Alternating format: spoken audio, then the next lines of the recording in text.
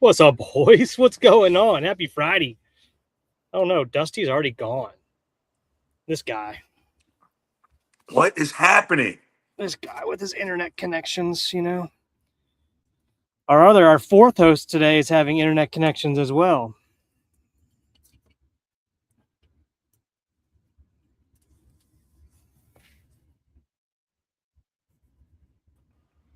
We're back. We're back. Is Dusty alive? Brooks, you and I on scope for now. I don't know what the hell's happening with Dustin. He's shoving food in his face. He's got his computer going out. He's all over the map. He's got his headset half on. Uh-oh. He's trying to join back in, and it's not letting him. He is. Well, welcome back, Ryan Longwell. Right, Ryan Law. Change the name or something. Change something up, Dust. Man, something's not working. I don't know what's going on. Hey. Hello? Can we hear me? Good God. Yeah. Don't touch anything. Just don't touch it. I'm not going to. What's up, Brian? How you doing, guys? The intro never played for me at all, and I can hear you ruffling the bag of Triscuits in the background while the intro was playing, and then you going, "Is the intro playing for you guys?" While the music's going. For me. I'm like, this guy's fucking out of pocket. I mean, yeah. Apologies, my computer is old and it's starting to move really slow. I'm gonna have to. I can hear your hand go into the bag. Your hand was going into the bag, crinkling, grabbing another chip or two. This guy. Wow. Yeah. Well, I cracked a beer and had a couple sips. Well, I got a beer here too. I'm gonna drink. Nice, drinking the same thing. Some lattes, right. Natural lattes. Anyway, welcome to Gary Williams Stole My Lawn Furniture Program, Friday, August 28th. First time we've all three been on here in a while. Yeah, it's a big day too. I mean, we got Mr. Sean Foy's Mr. Sean Foy's birthday. Fucking right, we do. That's Dr. Foy to you, by the way. Dr. Foy. Dr. Foy. Doctor. Our fourth host has Wi-Fi issues as well. Apparently, there's a storm in Baltimore last night that knocked his Wi-Fi out. We didn't get it rained here in Baltimore City, but I know Drew's north, and I guess I got hit with a thunderstorm or something. He either got hit with a thunderstorm or got hit with a Drew storm where he sets his own property on fire and then gets off his. Well, he loves to do that. Anyway, it is a big day to talk about sports. We've got the NFL season just on the precipice here. We're just about there. Finally, we got some fantasy drafts, I'm sure, in the next week. We're going to be doing our Gary Williams fantasy draft. When is that, Brooks? You want to announce that? We have the announcement. It is on the 2nd. So what's that? Next Wednesday at 8:00. We will be live doing our draft with our members and whoever can be live with us. So always a fun time. Always gets a little rowdy. Usually you get a little glimpse of the club. Last year, everyone's tops came off at one point. It's always a good time. Tarps off. We'll see. Shirts versus skins. Skins, yeah. And I'm hoping to get a pretty cool video of how we are going to be doing the draft order, which you guys know, but I don't want to spoil it until we get it. We'll leave that. Yeah, we'll leave that. So how was everyone's week? We made it through another week before we start talking the Orioles and the same stupid shit we talk about all the time and how we don't know what we don't know because we're going to go down that route, I'm sure. Because we're always like, but you don't know. It's all health based. It's like, no shit. But how was everyone's week? We made it through. We made it through another one. We're still alive. So how was everyone's week? Well, any one of you guys start first. Week's been good. I have a buddy, my buddy Jake's in town from St. Kitts. He just got engaged a couple days ago, or maybe like a week and a half ago at this point. Weeks just kind of flying by. But yeah, it's been a whirlwind of a week. It's been a lot of fun. A lot of golfing, a lot of drinking on the golf course, which is always fun. Shot my personal best round of golf this week, which is also awesome. So, what'd you shoot? I shot a 77 and I 3-putted from 30 feet for it. So unfortunate. So I was disappointed anyway. Shot my personal best by 2 shots. No, but I didn't lose a ball the whole day. I hit 13 out of 14 fairways, and the one I missed, I was like 10 yards off the fairway. What did you play? I don't know. Glenn Riddle? Yeah, just Glenn Riddle, Man of War. I didn't even realize it, honestly, until like hole 15 or 16, and then I started getting real nervous because I counted up my shots. I was like, oh, I shot 40 on the front. What am I shooting right now? I was like, oh, I'm 1 under on the back. All right, we need to start taking this a little bit more seriously. You shouldn't have counted. Just don't even look. Just write down your score and keep going. We were playing skin, so I was keeping everyone's score. So I was very locked in. And funnily enough, I was losing. Funnily? I was losing. Funnily enough. Yeah, did he just say funnily? I think that's a thing. You say funky butt loving? I did not funky say butt loving. What's those Triscuits you were eating before the show? Yeah, magic Triscuits. Anyway, I was losing the skins match like the whole round until 17. I think I got the lead and then won on 18. But yeah, it was fun. I played 4 rounds of golf in the last like 9 days, which has been awesome. I haven't been able to play a lot this summer, so got to play with Sean Bertrand, one of Brooks' really close friends, used to be our neighbor, and a good friend of mine as well. I mean, just grew up kind of playing baseball with Brooks. And then, so it's just been kind of a whirlwind. Went to the Bull on the Beach last night for the first time in a long time, which was a lot of fun. That's surprising that you haven't been in a while. It's just in the summertime. In the summertime, it's tough to get up there because I'm working so often and it's just so far away from my house. But in the wintertime, like when football starts, we'll be there most Sundays. So I got you. Also, Sean Bertrand, baseball show here. Towson baseball alum. Shout out. Mm-hmm. Yeah, absolutely. Local pod. Cardinal Gibbons baseball alum. Cardinal Gibbons baseball. Yeah. Oh man, I haven't heard that in a while. Technically, Cardinal Gibbons and North County baseball. Do you want the North County Knights? North County Knights. Yeah. Yeah. It's weird. It's weird that North County is south of me, which is just makes no sense to me. But well. Yeah. It's all right. It's all right. North Carolina is also south of you. Good point. It's all about perspective, within the state of Maryland. It's all about perspective, Brian. South Dakota is north of you. A little bit. Yeah, yes, it is. We were going. Here we go. All right. It's funny you get the 3 of us together. Stupid shit like this comes over our faces. West Virginia's east of me. Yeah. That's just kind of how maps work sometimes, Brian. Yeah. Depends on how you have the map turned, buddy. So yeah, let's start talking some ball here. Sorry, let's talk about your week. Let's talk about your week. I'm sorry. Yeah. How about Brooksy's week? I always point the wrong way with this, but Brooksy, how was your week? What did you do? Chad Cordero. Yeah, I'll only be answering to Chad Cordero today. Thank you very much. You got it. No problem, Chad. Chad, how was the week? Good week. Can't complain. Another week above ground. Mm-hmm. Yeah. Weather nice out there? The weather is beautiful right now. I was going to go golf this morning, but the morning kind of got away from me.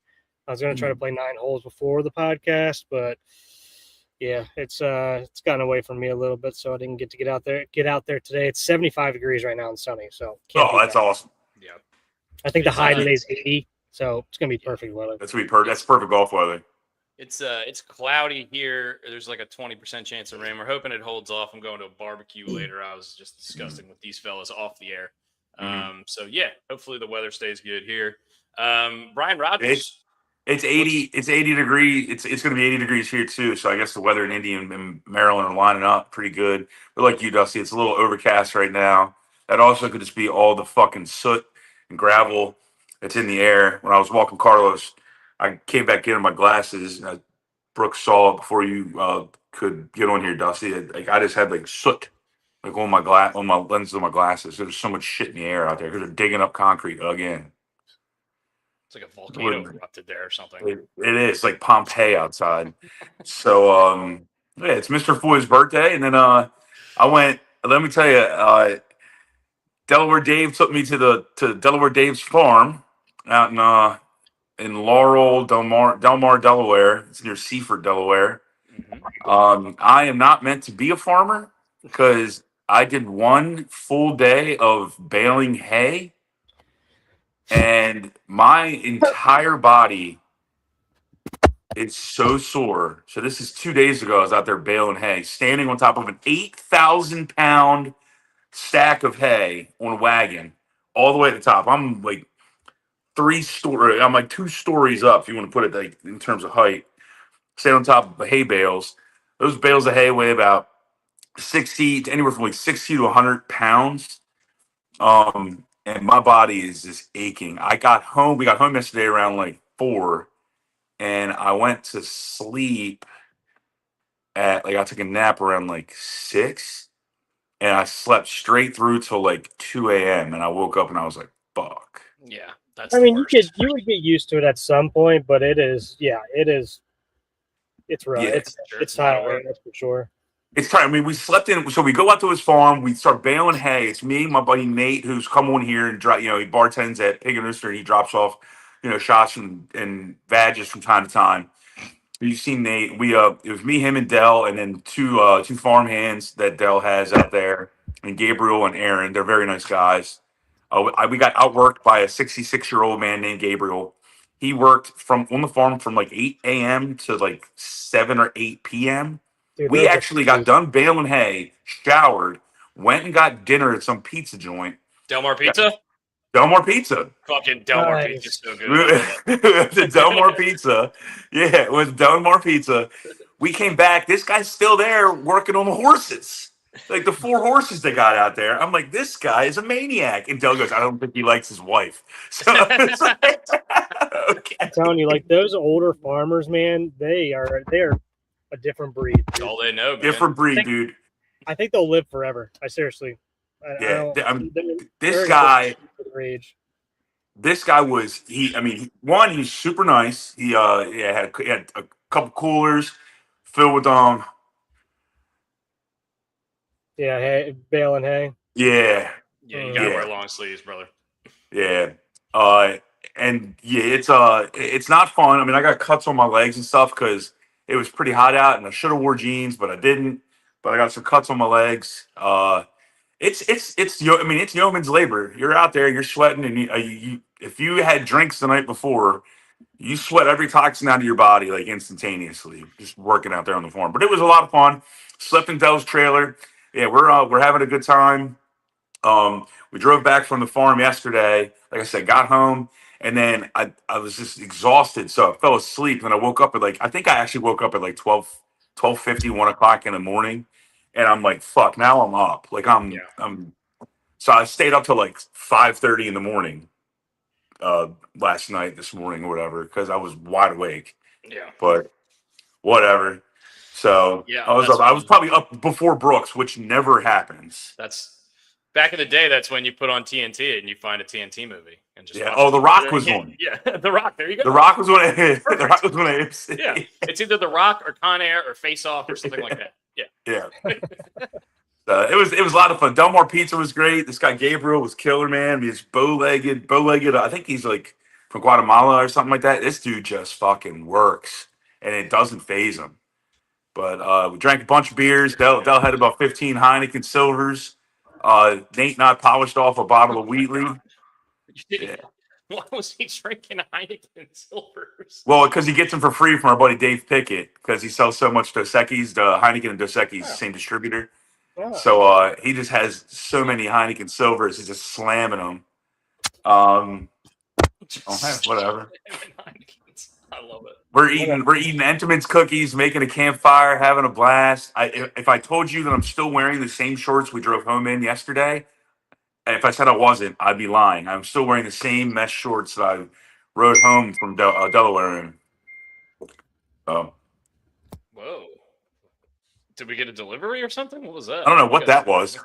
That was like text message on my end. No. Sorry. That's cool. I did, but yeah, it's not a big deal. The farm was a lot of fun. I would definitely do it again. But I would have to do it in in spurts. It's not like I can go back to back or like quadruple days. My body is sort of, it's not me bitching, moaning, or whining. Just saying my body is sort of like I feel like, and like the muscles that you don't normally work on certain certain tasks. This is a full body workout. Yeah, so it's a good comparison here because we've talked about this recently about getting into shape and playing baseball and stuff like that and working your way back. The first time you get on a mound to pitch, obviously not the same thing, but the first time you get on a mound, like an actual mound, and throw off it, not just playing catch, and you go full adrenaline, the next day it's the same thing. It's like all these muscles you haven't worked in so long are sore, and like your core and your lower back areas and everything. And it's wild. All the muscles that you don't think of, that you don't use.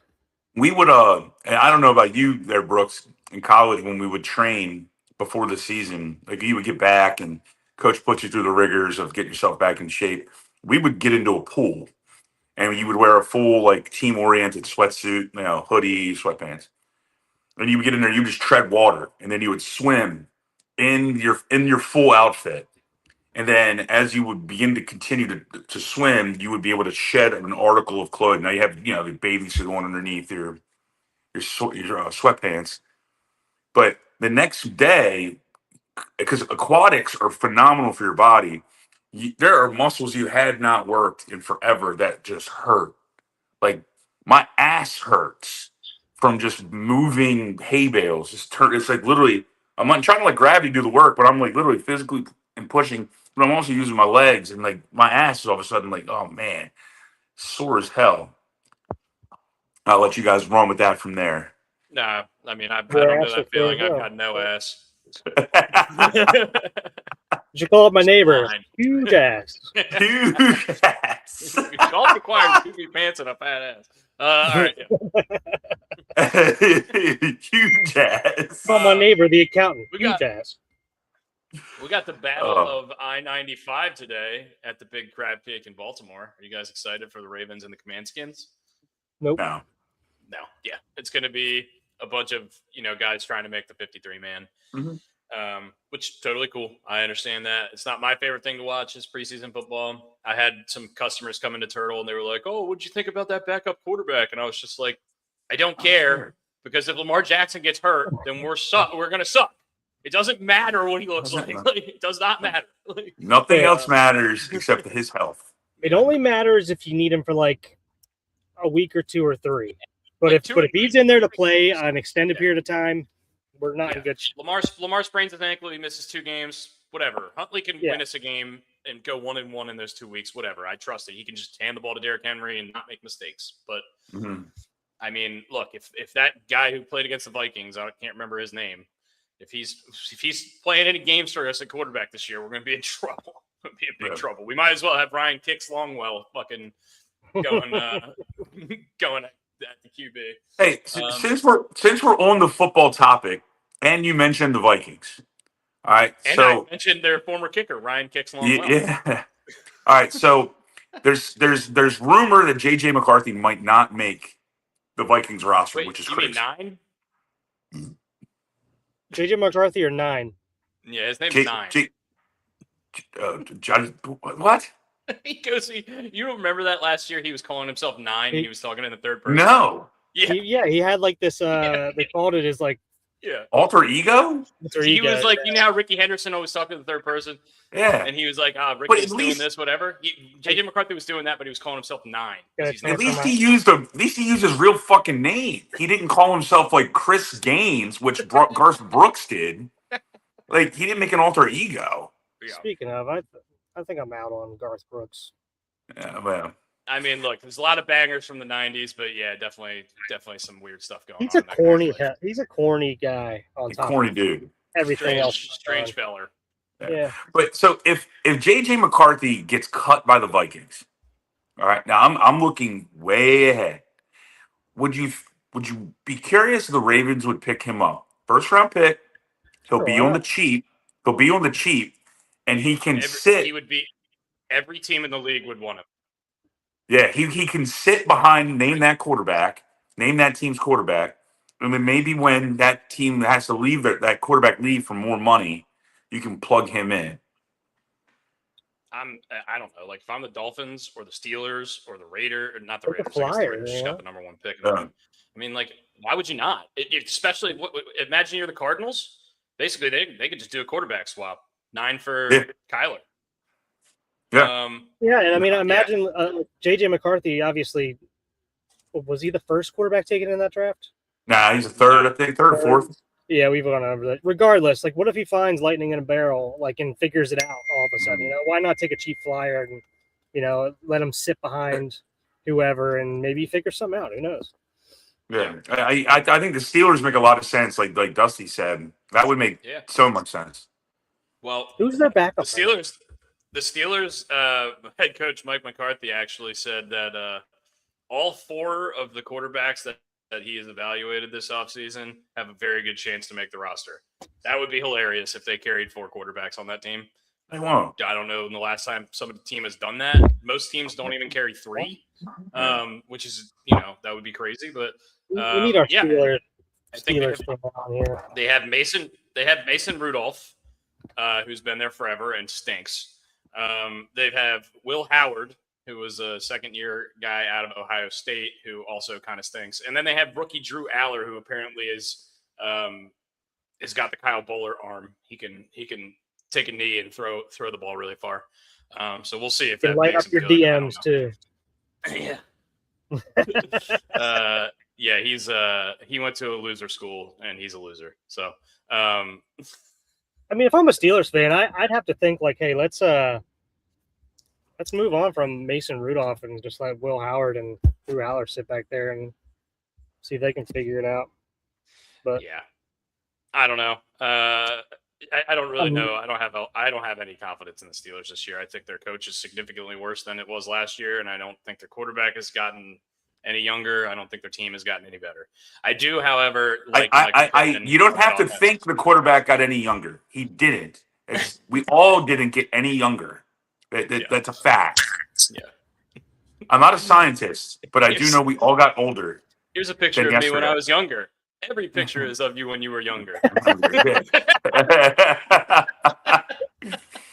I heard, just kind of going off that, someone was talking about the undulation on the greens at Eastlake for the PGA. Yeah. And someone goes, "Is there overdulation? Like, why is it always undulation? Is there overdulation?" Yeah, dude. Play on words. Is there overtoe? No, just undertow. Just undertow. Oh man, so dumb. Such a dumb thing. It's a dumb show. We are. But football. Since we're in the football world, why don't we just talk about Ravens? Let's talk some football. Football. I wanted to bring up, since we were just talking about the Steelers. Did you guys see that the rumor mill that was getting stirred up by JLC about Mike Tomlin and the Jets? I did not hear this. But if I was a Jets fan, I would be doing anything I could to get Mike Tomlin in there and give my organization some kind of stability. Me too, but it's coming from JLC, so take that with a grain of salt. Yeah, I don't necessarily ever Jason look at anything he says. What? You hate him? Why are you now? You're quoting him? Everyone hates him. He's the worst. I'm literally saying, take what he's saying. He's the one who put it out there. But interesting, if it is true, and I am a Jets fan, with Dusty here, I'm all over that. Him and Harbaugh sharing a stadium? 100%. Whoa! That would be. I didn't think about that. That's a great call. Imagine the joint practices would be freaking heated. Fantastic. Yeah, I didn't even think about that either. That would be crazy. They would probably. Yeah. Let's talk about some NFL. I think next week. I don't know which day. Now running for what a fall from grace for JLC. Now running for an AI slop clickbait factory for the Jets. Nice, Nick. I love it. Tell them what you think, Jay. Tell them what you think. Hell yeah, Nick. Yeah, he's a clown. It doesn't matter. But yeah, I Still think interesting. Next week, at some point we're going to do maybe if we have the 2 podcasts next week, maybe we'll do a little AFC preview on one of them, and we'll do a little NFC preview on one of them. It's a good idea. We'll pick the MVPs and stuff like we normally do. do some predictions for the season. That would be fun. But yeah, I think let's talk about a little bit of football. Sure. What do we think about Fernando Mendoza, number one overall pick in the draft? Probably not going to be starting at the beginning of the year. Kirk Cousins is going to be the opening quarterback for them. How many games do we think Cousins plays? Do we think this is going to be a whole season thing? I just want to talk through it a little bit. He is the number one pick overall. We haven't talked a lot about him really because we don't know how much he's going to play. So I mean, look, Kubiak's been pretty clear since the beginning of this offseason, the pre-training camp. The ideal situation is that Kirk Cousins plays for an extended period of time, and then they bring in Mendoza slowly. How many games does he play? Obviously, we're going to go down that I don't know shit that we always talk about. No one knows because of health reasons. But, I mean, realistically, you probably, if you are the Raiders, you want to keep him out as long as you possibly can. You don't want him to lose confidence like a David Carr, drafted by the Texans, who's getting his ass whipped. And don't get me wrong, they spent a lot of money in free agency, but that offensive line is not up to snuff yet to start protecting a young quarterback who's going to be seeing and by the way, remember, Mendoza looked great in the first preseason game. It didn't look too stellar in the next two. It's because the first preseason game is all these bland defenses because they haven't had a chance to do install yet with all these design coverages and guys flipping, a linebacker all of a sudden is covering a guy out in the flat and stuff like that. These are base defenses that he's facing. So take whatever you saw from Mendoza with a grain of salt. Does the ball pop out of his arm? Absolutely. But so where I'm going with this is let him continue to learn, gather information, learn from Kirk if he stays healthy, which would be very good for the Raiders. And then bring Mendoza in at some point later in the season. Because the Raiders aren't competing for a title. I mean, they know that. So what's the rush? Yeah, and I got to agree with you here. It's also going to depend on, how well is Kirk Cousins playing. You already talked about health, and then how well is Mendoza grasping what is going on while he's studying in between games and studying these defenses. With Kirk Cousins. So I think you're right. That's the ideal situation. Like if he gets through 3 or 4 games and it's like, okay, he's picking this up really quickly. Sure. Then maybe, you're also out Ashton Genty for the year, correct?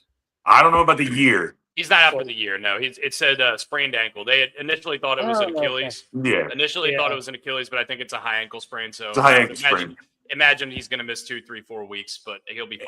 And they have a very good running back they drafted in the second or third round. I want to say third or fourth round. Washington Jr., I think his name is.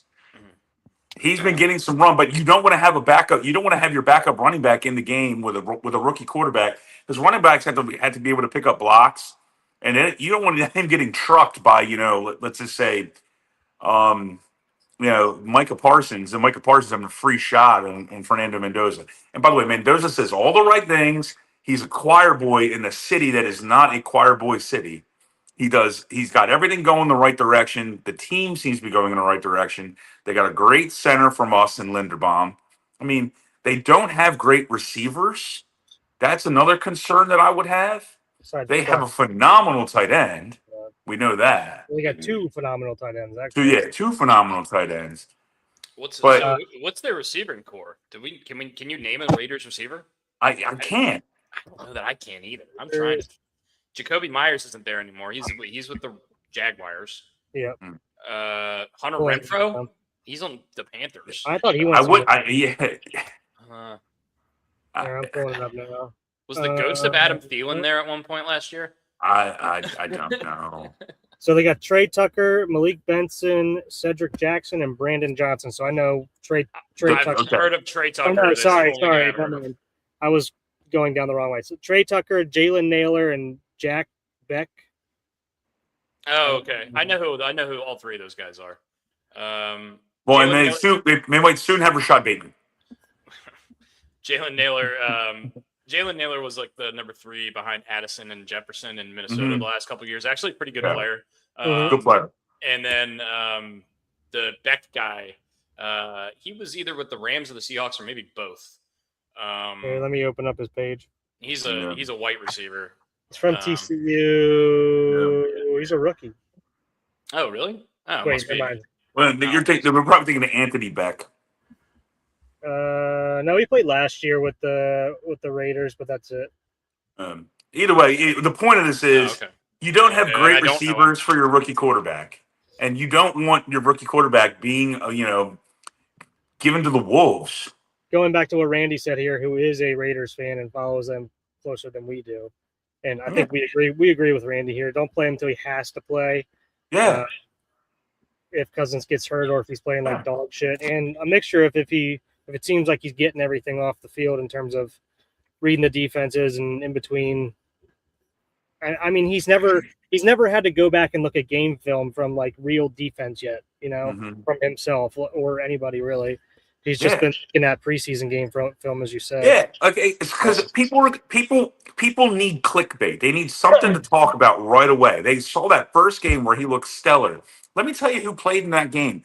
Not a goddamn person that's going to be playing in the same fucking game that he starts when he actually gets into the regular season. When they have Derwin James coming at you off the side, and you got to pick up and read and move the running back over for blockage, and all of a sudden the running back doesn't get it. You might turn the wrong way to hand the running back the ball. None of that shit matters. What matters is that he gets to learn. He gets to understand offenses. He gets to learn from a guy named Kirk Cousins, who is a good dude, who's going to be there to help him. And he's got a good coach who's going to set him up for success. But right now, the team physically around him is not ready for success.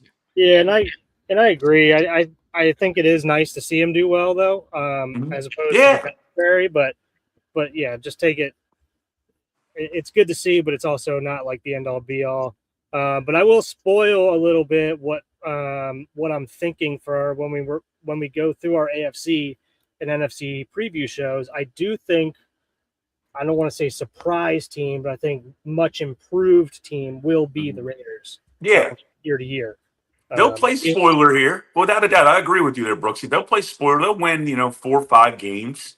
I think they'll win more than that, actually. Okay. Surprisingly, but yeah, I mean it's a tough division over there too. So yeah, I mean look at the quarterbacks in that division. Jesus. Yeah. I mean, I think it's going to be really similar to what we saw in New England a couple years ago with Drake May and Jacoby Brissett. I think Jacoby Brissett played, 4 or 5, 6 weeks. He was getting the absolute dog shit kicked out of him, and he was not mobile enough to deal with it. But he basically played until he couldn't anymore, and then all of a sudden you have to put the rookie in because he got hurt, I believe. I'm not wishing Kirk Cousins gets hurt, but I don't trust this O-line. I think it could be a similar situation where he's kind of running for his life, and maybe he goes down with an injury and Mendoza has to come in. But like Brian said, it's all hearsay. We don't know.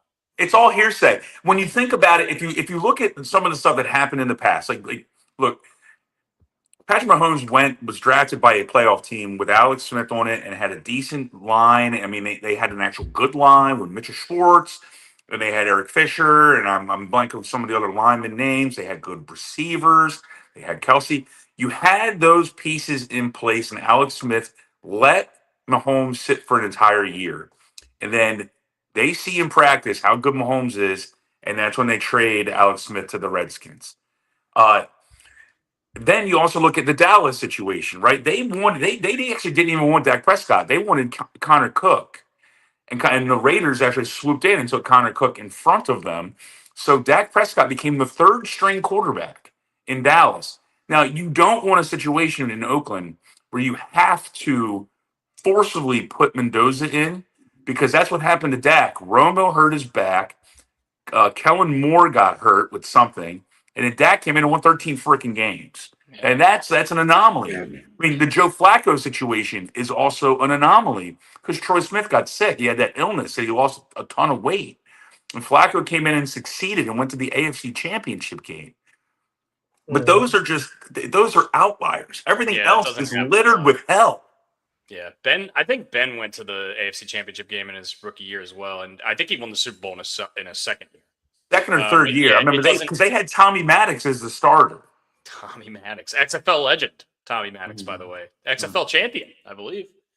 I don't know. Yeah, He hate me. Let's say because when people reference, they're like, "Well, Dak Prescott came in and won 13 games, and Joe Flacco went to the AFC Championship game." All right, cool. Two great examples. Talk to me about Spencer Rattler.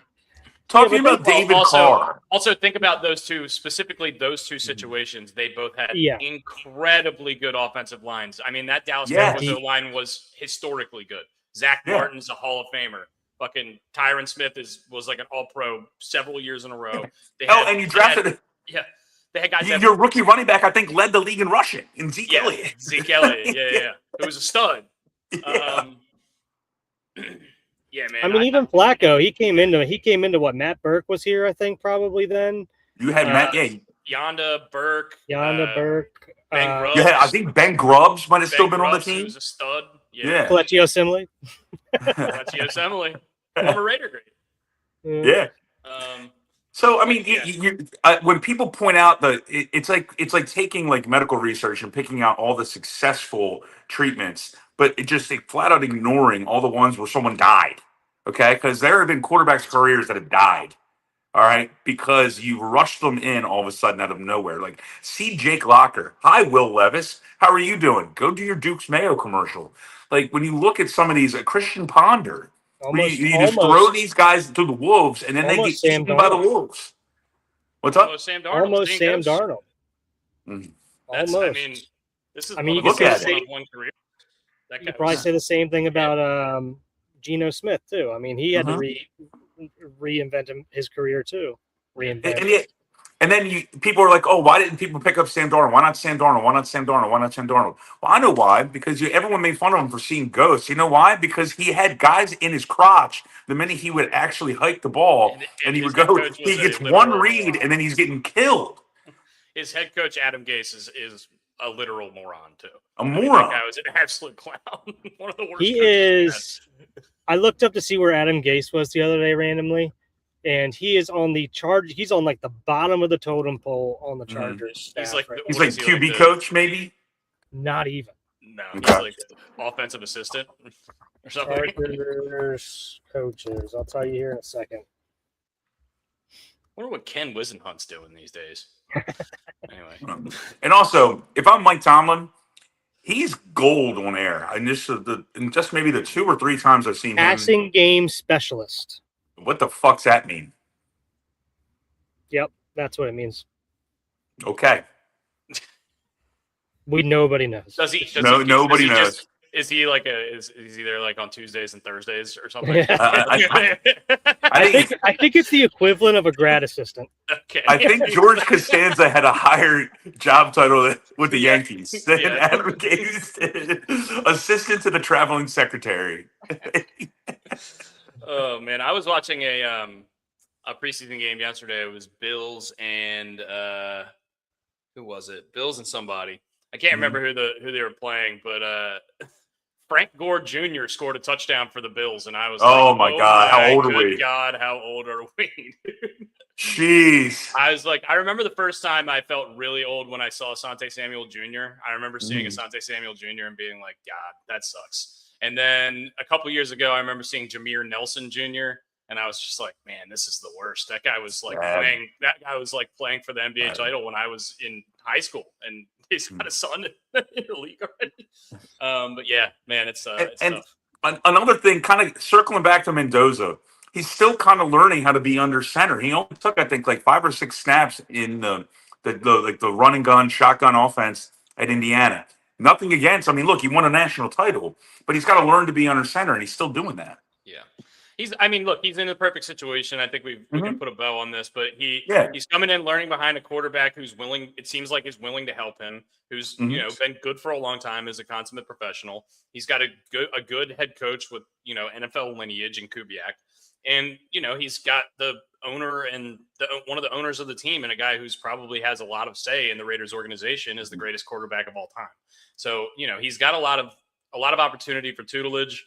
I think he's in a really good spot, and I think he's going to succeed. But you're right. I think this year is going to be kind of a wash. I don't think they need to rush him in there and get him killed. So I'm thinking second half of the season, get him a couple starts, and then next year really see what he's got. And they're going to sell tickets one way or another because it's Vegas. They're going to sell him because of out-of-state fans that want to go to Vegas and enjoy the Vegas atmosphere, plus, go to their team's game. So they don't have to worry about selling seats. That's usually a big problem. So, like, for example, like a Tennessee wanted to put Cam Ward in immediately to revitalize the organization and make sure people kept coming to games. Like, that's huge. But a lot of Raiders talk today.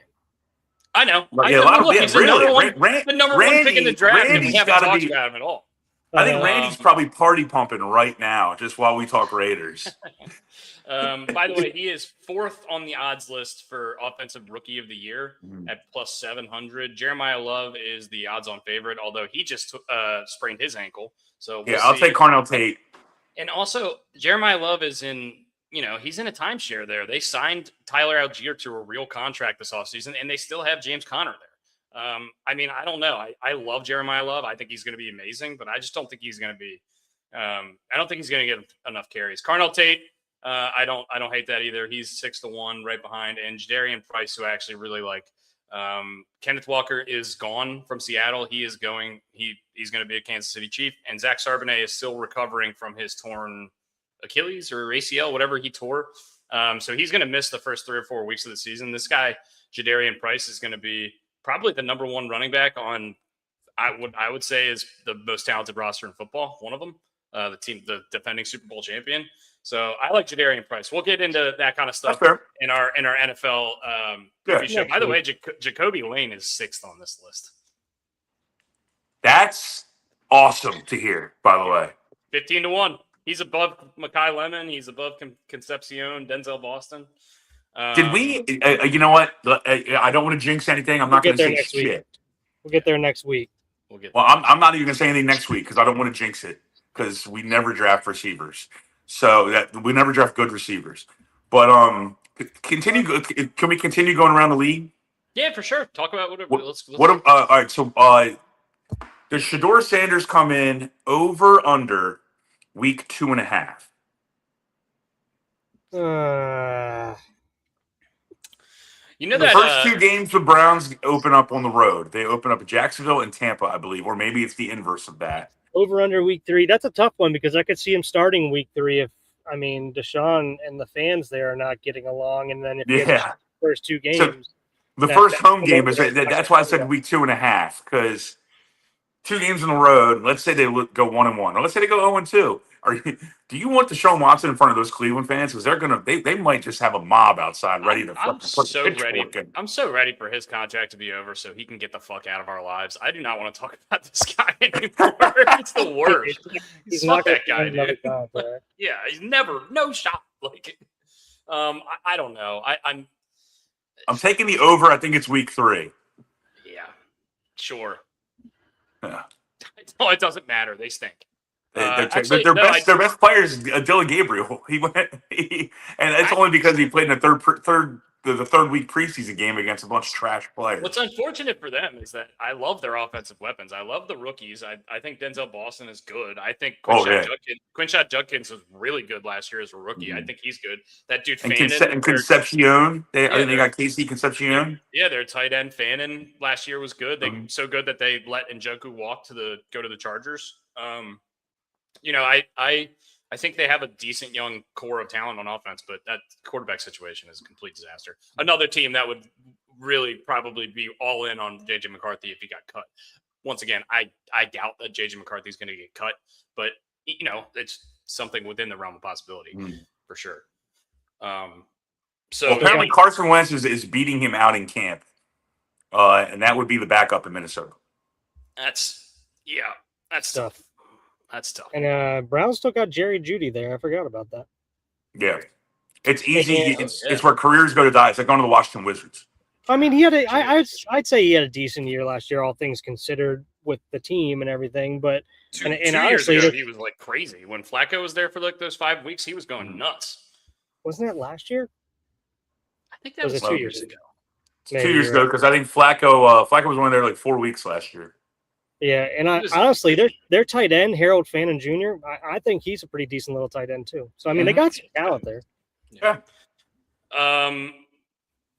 Atlanta is going to be. I mean, we'll save it for next week. Atlanta's down on Atlanta.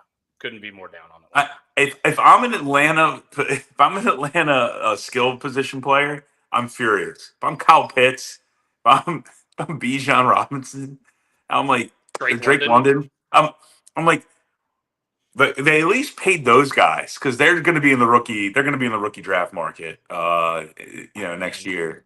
He's running the ball a lot. 2 horrible left-handed quarterbacks who can't stay on the field. Can't stay on the field. What are we doing, Atlanta? You remember when they didn't want to trade 2 first-rounders for Lamar Jackson a couple of years ago? Hey, it could be worse. They could have been the one who won the sweepstakes for Deshaun Watson. Yeah, good point. That was where he wanted to go. Thought he was going. Everyone thought he was going there. Yeah, rough.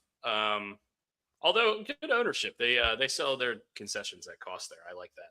Is Penix still an ACL? Yes, but he is recovering from his 8th torn ACL or 9th, maybe.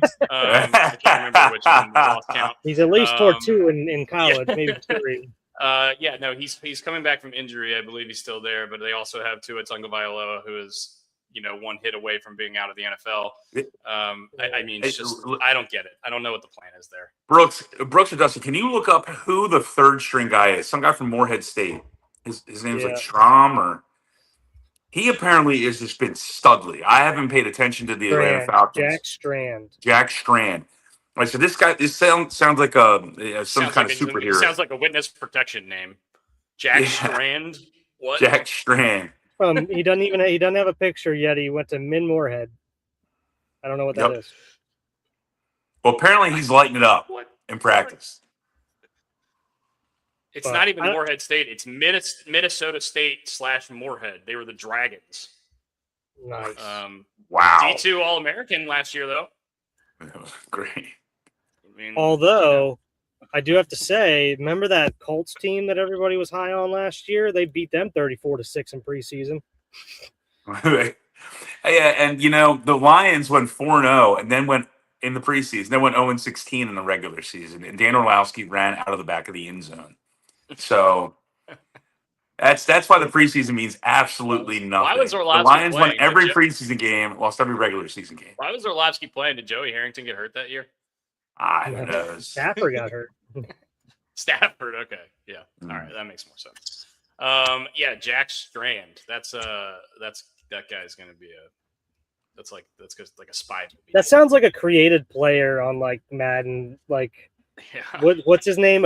Or Dowd that used to be Barry Bonds and John Dowd. John Dowd. It sounds like Jack Strand. He sounds like a personal injury lawyer or something. Yeah. He's an ambulance chaser. And I guess he could be an ambulance chaser given Penix and Tua's history of medical problems. Oh, my goodness. True. What else going on around the league? I mean, we've hit a lot of it. I mean, there's a... Yeah. I mean, what do you guys want to talk about here? You want to talk about the Ravens? We haven't talked about the Ravens. Or do you want to I don't want to talk about the Pro Bowl games. I'll tell you that much. Do you guys know, have you heard anything about who will actually be playing for the Ravens tonight? No. Are they having anybody play, any starters, nothing, anything like that? I don't know. I'll go on the Ravens Twitter sphere and try to find out real quick, but I would imagine nobody's playing.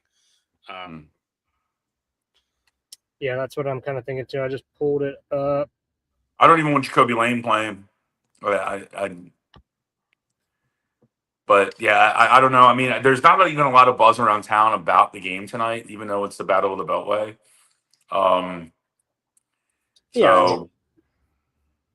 There shouldn't be unless you're really down to go see all right, who's going to be making some backup roles, which is cool. I mean, people should be into that, and I don't bust any balls for being into that kind of stuff. No. But these guys are fighting for jobs, and the thing is, that's why a lot of these starters shouldn't play in this week's game, because if you're a starter that's already guaranteed a spot, you're going to be going against. You might be going half speed, 3/4 speed, just ramping yourself up for the regular season when you're going against a guy across the field from you who's fighting for his life. And he's fighting for a job not only on that team, but he's putting out audition tape for every other team in the league if he gets cut.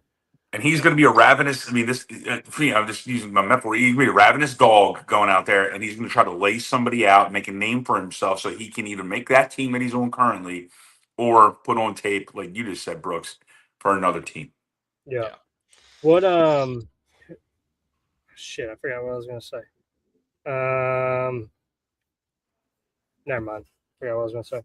That's all good. Other than that, Ravens wise, I mean, look, we've knock on wood, we've gotten through this preseason with very minimal injuries.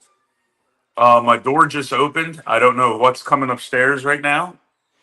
It could be a Delaware Dave. It could be a Kelsey. Is it a Bale Dave? It's a guy named Manjo and a Delaware Dave. We are in trouble. Oh, And, I got a little souffle platter coming. Look at this. oh man. Souffle. Oh, you're taking drinks out of mine? We got Here we go. Look at this. we got dog treats from Miss Julia. There's the dog treats. Oh, I ate the rest of your hot fries, Brian, but I did save you some. Oh, he sent me some hot fries for the ride. I just ate the rest of them. They were delicious. What do we got here? Choose your weapon. This is Jack Daniel. I thought Jack Daniel. Oh, you son of a bitch. Choose your fighter. Choose your player. Jacqueline. And this is Name T-shirt. that game. All right, here we go. All right, Get here we in go. here, Manjo. Mario Kart. Baby. We tried to break Brian Bale in hay, but he did survive. I will I survive. like the dog treats. Oh my god. What's up, bro? What's up, we doing, my man? Where is Dr. Foy when you need him? I'll see you boys in a little bit. Happy birthday. Shout Hey. out to Floyd, by the way. Happy birthday! Shout out to Foy, and then go to Pig and Rooster. See Delaware Dave and Manjo. There's Kelsey. What's the burger? What's the burger? There's no burger today. It's Friday. Oh god. Tuesdays. I don't know what day it is. Brian, Okay. ask Brian. Ooh. Okay. NFL card only has one color. NFL logo only has one color. Ooh. Ooh. Hmm. Ooh. Does Do we know the different answer? shades of the same color count? We'll wait for that response.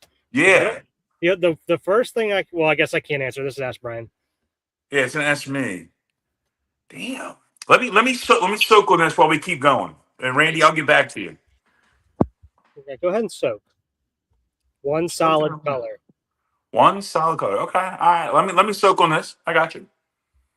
All right. So keep going, boys. No outline. Okay. Oh, no more hands. I don't want any more hands. I'm gonna eat my hot fries. I don't know that there is one. But I only have one answer off the top of my head, but Oh. anywho, I don't think there's a ton more to sit here and talk about in the NFL. Is there any other Yeah, NFL news that we're we're missing? gonna here? I think we're gonna do a lot of NFL next week, so we can probably finish up on the NFL. And we got a draft next week. That's going to be live. Oh, Dustin, like are I'm you going to be involved in that one this year? Or are you working? I get my schedule tomorrow. I'm gonna try to work things out where I don't have to work, but we're gonna figure it out. So I'm gonna try. But we'll see. Nice. And then so next week we'll do AFC and NFC on the two shows. We'll talk about MVPs, Super Bowl predictions, that kind of stuff, the fun stuff.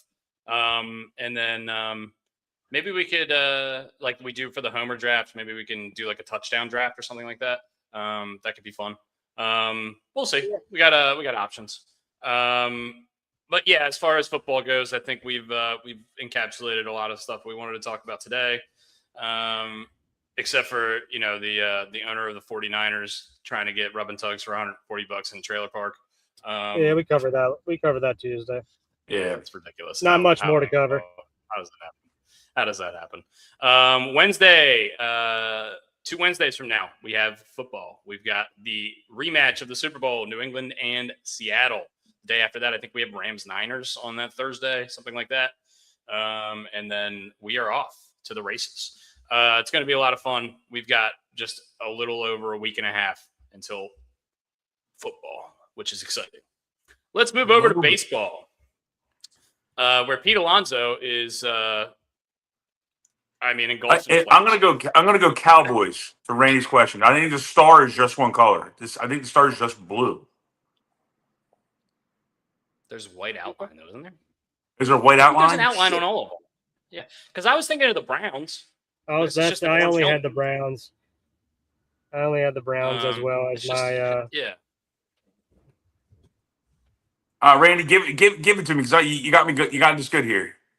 Yeah, I don't know the answer. The Steelers got that little tricolor diamond thing. Yeah, they've got multiple colors. Yeah. The Raiders is just black and white. I mean, I don't know. I don't know the answer. And they have silver around Pete here. Alonso, engulfed in flames. The Orioles ended up dropping Game 3 against the Cardinals yesterday. Unfortunate. The Vegas Rams or the Los Angeles Rams. That might be true. The Rams. Is it just horns? It's just yellow. Aren't they blue and yellow? Well, they're blue and but their logo is either all blue or all yellow. I see what you're saying. Okay, yeah. I wouldn't have got that easily. Yeah. Anyway. But before baseball, we got a week 0 this weekend, don't we? Oh yeah. Yeah, we do have week 0. Towson Tigers were playing yesterday. Who did they play? Like Youngstown State or something like that. I don't know. My roommate had a parlay going on the most ridiculous schools I've ever heard. It was like Alcorn State, Grambling State. Like I was like, dude, you can't. That was like FCS stuff. You have week 0 this week. You have Memphis versus UNLV. You have Hawaii, Stanford. You have NC State versus Virginia. I believe I'm going off the top of my head here. NC State, Virginia, huh? Yeah, ACC game out of the gates. Yeah, right out of the gate. There's Jackson State's playing somebody. Isn't there an Ireland game? Yeah, TCU North Carolina. Is that what it is? It's in Dublin, and the line went from 7.5. Carolina was getting 7.5. Now it's to 9.5. That's a big jump. Interesting. So what are they? Is that game tomorrow then? Yeah, those are all tomorrow games. Oh, yeah. Sure. You had FCS games over.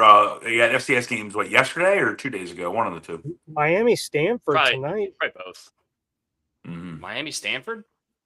Mm-hmm. No. It's Stanford, Hawaii. Are you sure? Oh no, this is week 1. Yeah. It's Hawaii, Stanford. And I think Hawaii's getting. Either way, we got football. We've got college football starting. We might do a little bit of a preview for that too, but we don't. I don't really know a ton of the stuff preseason. I know, Ohio State, Indiana, Miami. They're going to be good. Who are like the top teams that I didn't mention? Texas, I'm sure. Notre Dame, Texas. Bama's up there. Oregon is number 2, I think, in the polls. That makes sense. Dante Moore there. South Carolina, I believe, is number 10 because I have Lenore Sellers. You're looking at all the teams that have the quarterbacks that are in that realm of being, I think there's like 5 or 6 or maybe even 7 quarterbacks that they're thinking have first round grades on them. So you're looking at the kid Darian his last name is Mensa. He went to Miami from Duke. But yeah, Notre Dame's got CJ Carr. They're up there. They're in the top 5, I believe. Yeah, I don't really love Notre Dame. I feel like they're always hyped and they never pull through. But I don't know. Maybe that's just me. But yeah, But you have the NCAA eligibility shit going on. I'm actually excited for the Terps a little bit this year. Malik Washington's pretty good. Hopefully he can stay healthy. I have no faith. No? None. You have no faith? But as long as Mike Loxley is the coach, you probably shouldn't have. I have no legs, no faith. I know we play at Ohio State in like week 5 or 6. That's going to be a bloodbath. That's going to go well. Although last time I remember playing Ohio State, we almost gave Urban Meyer cardiac arrest. Oh, cardiac arrest. Well, maybe we did give him cardiac arrest. Yeah. And then I think he went to a bar and had a young lady grind on him. That was fun. I'm sure he did that. I'm sure he did that after every victory he had. But you also have the NCAA eligibility stuff going on. This is getting weird. I'm glad there's not much the NCAA conferences and the commissioners of these conferences can agree on, but they all kind of made that band where they don't want to have players go pro, then come back. But some stupid Dallas judge put another injunction in place saying that the SEC can't actually act on the rules that they wanted to put into place and not allow these kids to play. Like there's like 6 or 8 or 10 kids that can in quotes come back that were on NFL rosters, got cut, and now we're going back to teams. Look, I don't blame. Look, we have said a lot of stuff about Lane Kiffin and various other coaches about how they're just dirtbags. They're doing nothing outside of the rules. They're doing everything absolutely correct. They're doing what they're allowed to do. So I don't blame them. This Dallas judge is putting these rules in place to allow some of these kids to do their thing. Yeah, I don't see how this is going to work out, but I don't love it.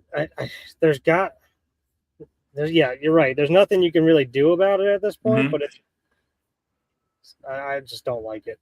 I mean, imagine being an 18-year-old kid and there's a 24-year-old man standing across the line from you. Joe says it was 16 players altogether, which I believe. I believe that. Right. But yeah, it's there's got to be something put into place here. And we're just talking about football. This is going on in softball. It's going on in basketball. Kim Mulkey, and look, this is not a political podcast. We've talked about that 100 times over. Kim Mulkey from LSU got a woman on the team from Russia and got another woman from the Ukraine. Now, I can't imagine how the hell that's not going to go wrong. I mean, they're at war together, literally at where their countries are at war together, and the countries hate each other. The woman from the Ukraine immediately left the LSU team. Really? Yeah. Basketball? Women's basketball. So the woman from the Ukraine came first, and they brought in a Russian transfer. And it's like, it's not like you cannot not hang out. You're a team. Like, you're around each other all the time. And I feel like you could have done a little bit of research here and figured out that might have been a good deal. Turn on the news channel for like 6 minutes. And I hate watching the news. Yeah. Where's the thought process in that? Like, oh, I'm going to bring in some from the Ukraine and Russia, and they're going to get along real well. I don't think so. That's oiled water. What the fuck did I just walk into? We're talking about how these NCAA eligibility things, how it's screwing up not just football but other sports. So it's happening in softball, it's happening in basketball, and we're talking about how Kim Mulkey from LSU brought in a woman from Ukraine, a Ukrainian professional player, comes over to LSU, and then she also recruited a Russian professional player to come over and join LSU as well. The minute the Ukrainian woman, I don't know their name, so I apologize for that. Smart. Once she found out, the Ukrainian player was like, "I'm out. See ya. Can't," because you're going to be around this the entire time, and you're probably going to be looked down upon by your, Ukrainian brethren. Would have taken 5 minutes of research, but yeah. Laura says Kim Mulkey said she didn't care. She's trying to have the best team out there. That's pretty. That's understandable, but I would have a little bit of sympathy. I mean, if you care about team bonding. And I was gonna say I hear that and I understand that, but I mean, if I'm a recruit that's looking at LSU and I see her say that, that's not somebody I probably want to go play for if you don't care about things of that nature. Maybe she's a spy. But I do respect this. Coach Cal has said that he will not play players from overseas that played pro. LSU has no fucking quarrels. They don't give a shit. I mean, they brought in Lane Kiffin under the mask of Lane Kiffin, and then they have this guy Will Wade who blatantly broke the rules. I think he's on like video, or he's at least recorded breaking NCAA rules when they actually still had rules, and they fired him. Then they brought him back. He had 4 players on the team, I think 2 weeks ago. Now he's got like 9 because he's just bringing over European professionals to play on his team. Like, he doesn't care about recruiting any high school kids. It's men playing boys. Good for him. Maybe he should just go coach a professional team and not a college team. Maybe he should just coach Daniel Monte in the Little League World Series. Like, it's basically what he's doing. He's bringing in men to play against boys. Yeah. Sounds like fun. That's how Michigan won a title. Basketball. That's why it's Loser State University minus Ben McDonald, says Joe. I like that. I like Coach O too. The eligibility stuff drives me insane. Yeah. Anyway, let's talk about baseball. Let's talk about some baseball. Last night, I texted the group chat. Actually, I was watching Chris Sale absolutely dice up the Los Angeles Dodgers all night. It was awesome. He left the headline on the ESPN is that he told the head coach after the 8th inning, he left with 97 pitches. He walked off the mound onto the dugout and said, "This is my game." And the coach was like, "Yep." Love that. He ended up Paul Pierce. I called game. Ended up throwing a complete game shutout and threw his 2 fastest pitches since 2018. I said he was pumping 100. I couldn't believe it. Dude's 37 years old, still pumping 100. His fastest pitch in 8 years he threw to Ohtani. I'm sure he was amped up for Ohtani. And guess when the first run was scored? There was only one run in the game. The first batter of the first inning, Drake Baldwin. Of the first pitch. Yeah. The first pitch of the first batter, yard, and then that's it. Everything else was just pitching. Yeah. But Sale, famously won his first Cy Young Award 2 years ago. Got hurt last year, but came back and was amazing. And this year has been, nothing short of spectacular. Has a 2.06 ERA in his age 37 season, and he has gone 21 consecutive starts without letting up more than 3 runs. That's fucking nuts. As a 37-year-old in the twilight of his career, I know what you're going to ask. Good for him. Question, you know where I'm going. Who do you got? Cy Young. Who do you got? Oh, I wasn't going there. I thought you were going to ask something else. Me too. I thought you were headed to Cooperstown. I thought you were doing Hall of Fame or not. Oh, no. He's Hall of Fame now. What jersey does he wear? Oh, is it Mizorowski, who's not allowed 3 or more earned runs all season? I think it's 25 starts. Or are you going Chris Sale? I think it's Mizorowski pretty clearly. I think he's been the most dominant pitcher in the league this year. I think he's far and away. I think he's as good as Chris Sale's been, as good as Christopher Sanchez has been. Mizorowski's on another planet. Yeah, right now. There's still time left, but as of right now, yes. It's got, and he's got more strikeouts. He's got more strikeouts than the next closest guy by unless something changes. I'm in agreement with you, Dusty. I think that's. I'm not playing devil's advocate on purpose.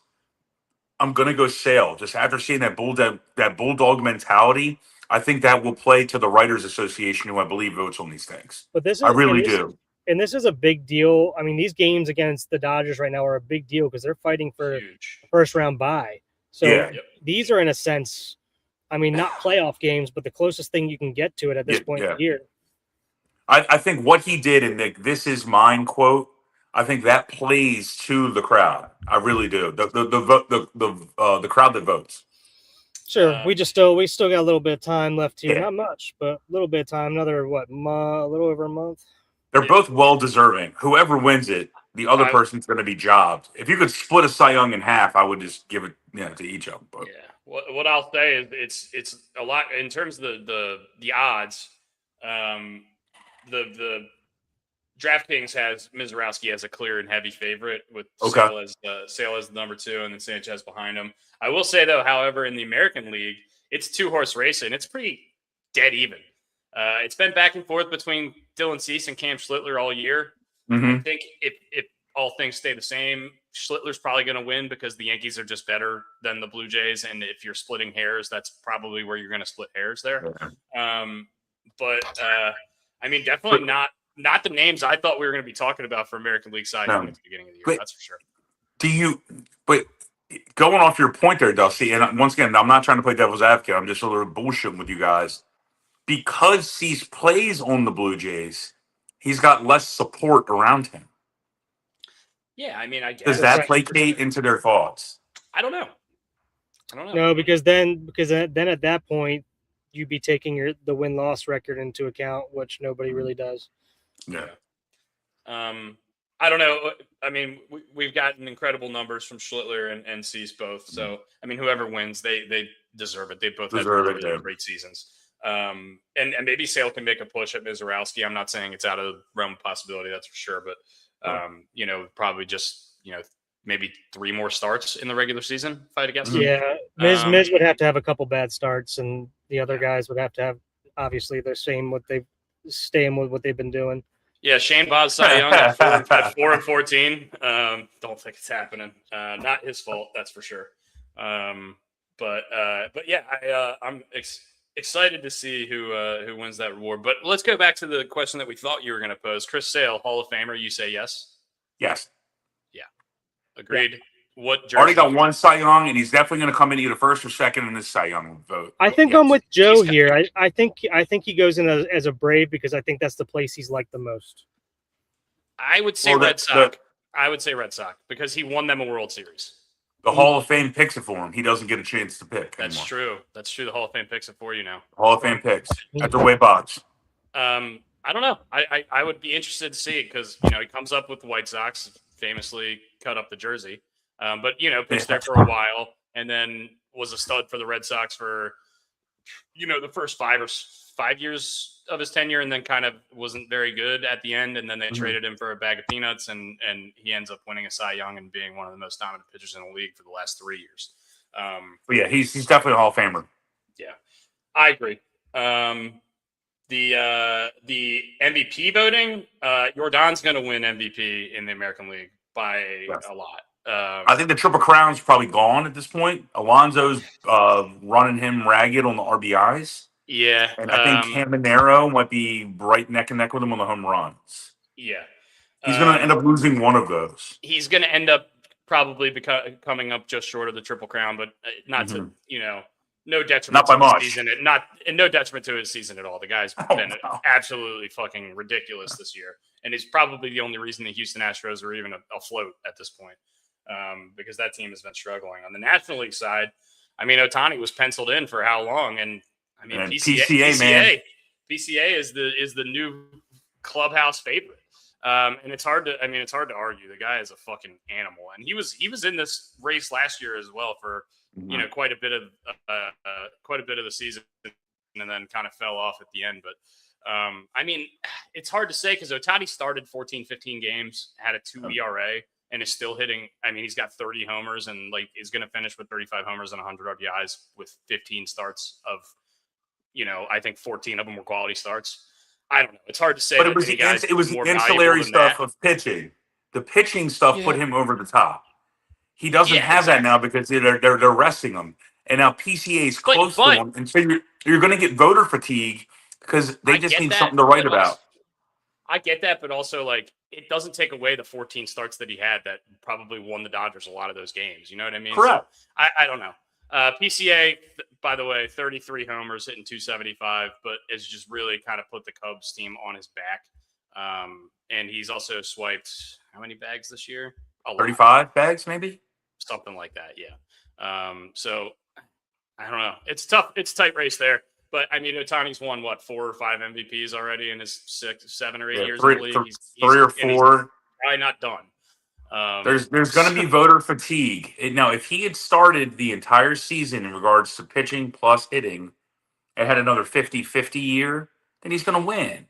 But when you have a guy that might be neck and neck with him, I'd say, okay, look, here's a new story. We can put Pete Crow Armstrong with PCA. It sounds like some sort of medical commercial I would see for menopause, on TV. So it's going to go to PCA. Yeah. I don't think it will. Yeah, it's going to go to PCA. You don't think it will, Brooks? Or I'm sorry, Chad. Chad, you don't think it will? I don't. I still think they're going to give it to Ohtani. Okay. As of right now, PCA is the favorite via the odds, but we know that doesn't super matter. This is a big bag of dog treats, by the way. It's like the length of my torso. 100% sure. BJ's, huh? I guess. I don't know why Del got this one. Maybe this is just for baling hay. I don't know. Del, thank you very much. Get your butts pig and rooster, please.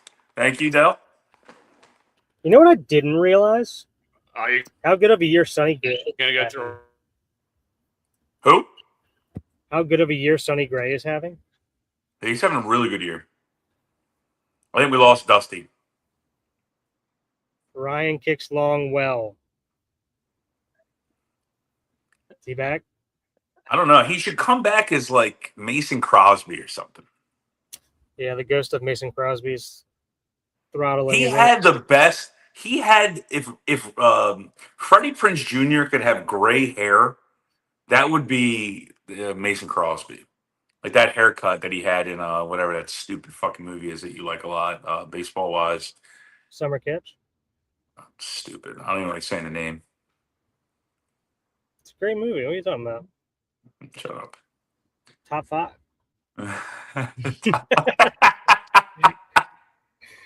Top 5 movie. All right, what else we got here? We got the Orioles take a.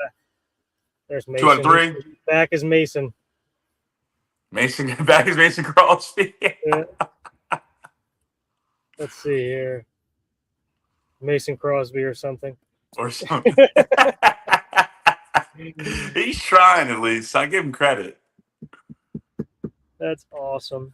Why do I'm immediately thinking of like Black Sheep, where he's like out there trying to get reception on top of a rock. You know, he's like, vote for Donnelly.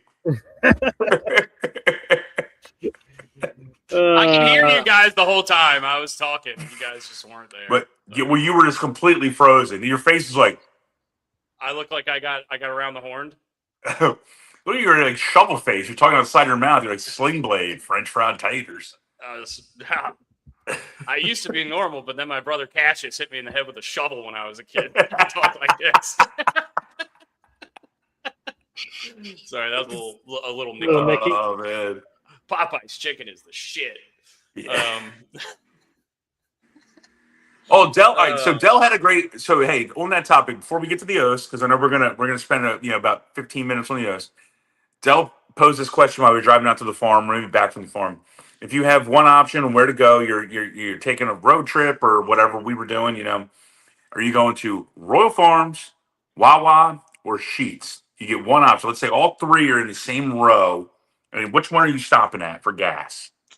And AKA and getting food. You're getting food while getting gas. Wow. Unless I'm Dell hammered, goes Royal Farms chicken. He goes. Dell goes Royal Farms. He goes chicken's dependable. He's not wrong. Chicken is dependable. He's not wrong, and it's good chicken. But also, yeah. if I'm drunk, I probably want Rofo more. But if it's during the day and I'm like driving, I'm on a road trip, I definitely don't want to eat greasy chicken. So I'm just gonna get a sub from Wawa. Yeah, depends. I'm going. I go only because I defer to the gobbler every single time. Okay. Because I think they have the gobbler year round now here. They do have the gobbler year round now. It's amazing. It's amazing. It's gobbling. It's Thanksgiving. Yeah. It's Thanksgiving year round at Wawa. That's why I'm going to Wawa. They also have chicken and corn chowder there, the one by me, and it's amazing. Really? I haven't had it, but I've heard that. It's so good.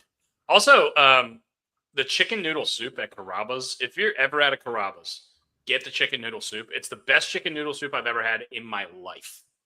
What? I'm just saying. You're not getting an Italian minestrone or not? What? Dude, it's so good. I promise you. Just go there and get it. It's so good. I'm a soup guy. Okay, I mean, I like soup. I don't know the next time I'm going to a Carrabba's, but okay, if I do, I'll remember this. Hey, dude, there's a Carrabba's down the street from my house, and if you buy an entree, you can take another one home for $10. So I go in That's there. A done deal for you. I get the double pork chop dinner. I eat one of the pork chops and a little bit of the sides. I still have a meal left, and then I have another whole meal for $10, and my bill's like $45. It's great. You should do it. Okay. All right. Hey, look, it's a good deal, man. It's a great deal. Yeah. And I do like Carrabba's. I always get the chicken marsala. Now, going back to the gas station thing.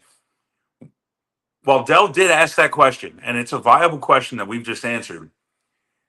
We stopped for gas at an Exxon on the way home before we hit the Bay Bridge. And we stop at this Exxon, and the reason Dell wanted to stop there is there is a fantastic authentic Latin food place inside this called like Miss Nene's or something like that. It's like they got Papitas? Paputas? Yeah. Dell got some burrito that was out of this world. The woman that made it, let's say she was strong upper half and lower half, power hitter and front of the lineup hitter. Yeah, top of the lineup hitter. The food was fantastic. It's inside the gas station, and when I say this is the best gas station food that I've had a couple bites of, I'm not lying to you. It was really, really, really, really tasty. What's your go-to gas station snack if you're not just like a snack in the snack aisle? We want savory snack or sweet snack? Just what's your go-to? I'm going for savory snack. I'm going some sort of combos, usually like buffalo blue cheese. Ooh. And then I'm for sweet snack. I'm gonna go some sort of sour candy, like gummy, like sour, like Sour Patch Kids or something like that. I love combos. I haven't had them in so long, but I love them. Man, I miss them. Did you guys see this? I wanted to bring this up. I did not. No. Why are they calling this a catcher balk? A catcher can't balk. I don't know what a catcher balk means. I don't I don't think it's possible. I mean, the catcher can cause a balk, but it's not like a catcher balk, if that makes sense. Like, you're not going to call a balk on the catcher. The catcher might be jumping out of his squat, causing the pitcher to balk. Mm-hmm. But I thought a balk can only happen with the pitcher. Correct. Like it's all about deception with the pitcher, about deceiving the runner as a pitcher. So it can't technically be called on the catcher. I don't know. Maybe something got explained weird about this whole situation. Yeah, I don't know what Joe's talking about. Nothing against Joe. I just don't know what the hell he's talking about. But the only way a catcher can have a runner advance, bless you. Only way a catcher can have a runner advance without actually making an error is CI, is catcher's interference, to my knowledge. So if you guys didn't see it, it's when PCA basically took off towards home plate when Eduardo Rodriguez was in the windup, and he kind of stepped off during his windup to throw home, and somehow every umpire missed it, and obviously it's not reviewable. Wait a minute. Reviewable at least. I think what Joe might be talking about, and Joe, you can tell me if I'm wrong. I think a catcher came out of his stance a little bit to adjust up, and his left foot hit the batter's back foot before the batter tried to swing. So basically, the catcher didn't interfere with his glove, which you're I'm not gonna say used to seeing, where it clips the glove. It's the catcher came up to advance his body position up and actually stepped on the batter. Let me start this over. But sure. PCA basically takes off towards home plate. They didn't touch the batter. I have no idea what that is. Screaming for a balk. The third base coach is yelling balk.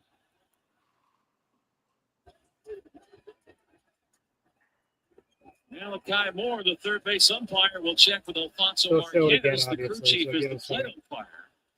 Mike Estabrook coming in for first base. Craig Counsell out there as well. The Cubs are up in arms here. And all four umpires will huddle up and say to each other, what do you have? After true consultation, it's determined it is not a balk. Well, that's going to get an argument. Oh, boy. The PCA goes Okay, so then what the fuck is Joe talking about? Catcher balk. They didn't call it a balk. Charging at Malachi Moore. Greg Counsell trying to calm down his center fielder, who is livid at third base. So I want them to show Eduardo Rodriguez what actually happened here. And now Counsell gets involved. You're going to see a bunch of guys. Here you're going to see a bunch of guys shoving and Pata before the ball crossed. Okay, who gives a shit? Hey, there's nothing wrong with that. Yeah, the catcher doesn't matter. The catcher does that every time there's a stolen base. The catcher pops before the ball. Yeah, you can pop up anytime you fucking want. Are they going to call balk before the ball 4 happened all the time, where you could just advance the runner? I hear you, but I'm trying to show you what Eduardo did. He calls. It's not called on the catcher, but they never. And it's not. But it's the catcher. The catcher calls the balk. It's not a catcher balk. It's technically not in the rule book. A catcher can't be called for a balk. They can cause it in terms of like he popped up early and made our Eduardo Rodriguez balk during his windup. Okay, so the term catcher balk makes no fucking sense in this instance. A balk can be caused by a pitcher and a pitcher only. It's pretty simplistic. A catcher can pop up whenever he wants to throw a guy the fuck out. Mm-hmm. Man, you've done it. You've pitched out before. So is that a balk on the catcher because he jumped up and you threw it to him to throw a guy out at second base? It's the reason Erod got so quick to the plate is because he saw the catcher pop. So, yeah, it's just a reaction. So you guys, they didn't even show the replay, but what I wanted to show you was it wasn't it. So Erod can go quick to the plate all he wants. Sure, all he wants. But he takes one step in his rocker back onto his right leg, and then his left pivot foot, where you usually go down into the hole or onto the rubber to pitch, he stepped off the back and then threw home. Okay. Which is a balk. You can't start your windup. That's fine. Yeah, that's fine. It's not a catcher balk. That's just dumb. That's a dumb statement. Yeah, I don't know who is calling it that. It might be catcher balk is dumb. Maybe somebody's calling that online or something like that. But that's what happened. The catcher calls the ball. Oh, the Arizona announcers. That must have been how they were trying to describe it. But yeah, it's not a balk on the catcher. It's a balk on the catcher if you want to say he caused it. The balk is always called on the pitcher. But I understand what you're trying to say, Joe, or what Arizona was trying to say. It's incorrect the way they're saying it, but yeah, it's words are formed somehow sometimes. Words are tough. That's how words are formed. Oh man! But yeah, it's always on the pitcher no matter what. It's literally the whole reason why it's called a balk is because the whole thing is about pitchers doing whatever the motion or whatever it is, deceiving a runner. It has nothing to do with anything other than deceiving a runner or a hitter. Yeah. So, because I'll tell you this much: the batter is not getting fucked with because he can't see the catcher. Mm-hmm. Agreed. But you might, you still wouldn't call this. You would just call catcher's interference. Like if he popped up, you call CI.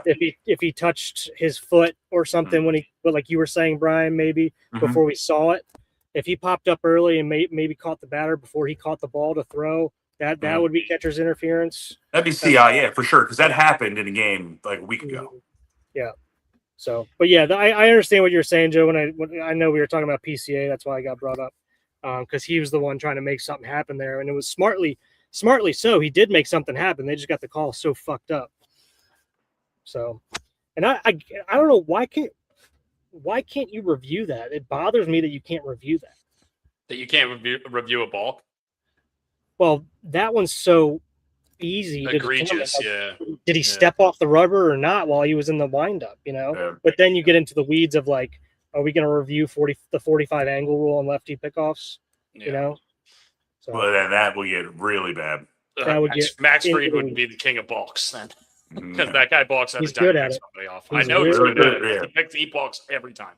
All right, let's hammer the Orioles. Let's talk about the O-Birds. Pete Alonso, like I said earlier, is engulfed in flames. I mean, this is like watching the year when Chris Davis hit 53 homers. It just feels like every time he comes to the plate, it's going to go over the fence right now. And it's not just the power; it's the average. I think he's hitting 500 in his last 15 games or something like that. It's ridiculous. Spraying balls to right field, getting timely hits all the time when we need them. Has really been everything we paid for and more in the heart of this lineup, especially in the last couple of weeks, has just been the best. I mean, a lot of good stuff going on for the Orioles. Christian Encarnacion Strand has been awesome. Jackson Holiday has been really good. Even Gunnar Henderson has been pretty good since the beginning of August. But yeah, Pete is the story of the Orioles right now, I think. Do you guys have anything to add about Pete? I've got one thing if you want to hear me rant for a second. Sure. It's not, it's about Pete, but it's about what somebody said about Pete. Oh, dude, this Twitter again. X. Somebody said at the beginning of August that I don't know why everybody is saying that we're getting everything we paid for out of Pete. He's going to end up with having the worst career of his or worst season of his career. And I understand it was like August 8th or August 9th or 10th or somewhere around there, but this is why you don't talk out of your ass before the season's over. Well, that person probably takes it in the ass, so it doesn't really matter to me. Because we've gotten everything we need. Should play the clip from Drew. We got him, boys. We fucking got him. Oh, man. Oh, man.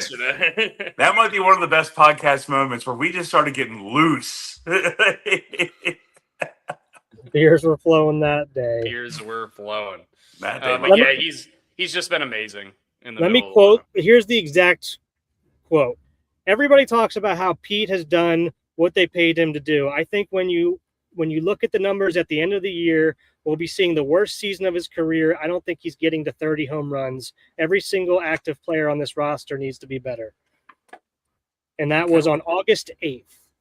All right, and this person probably watches bowling for a living, and they wear a Pete Weber jersey. No, they have an Orioles podcast.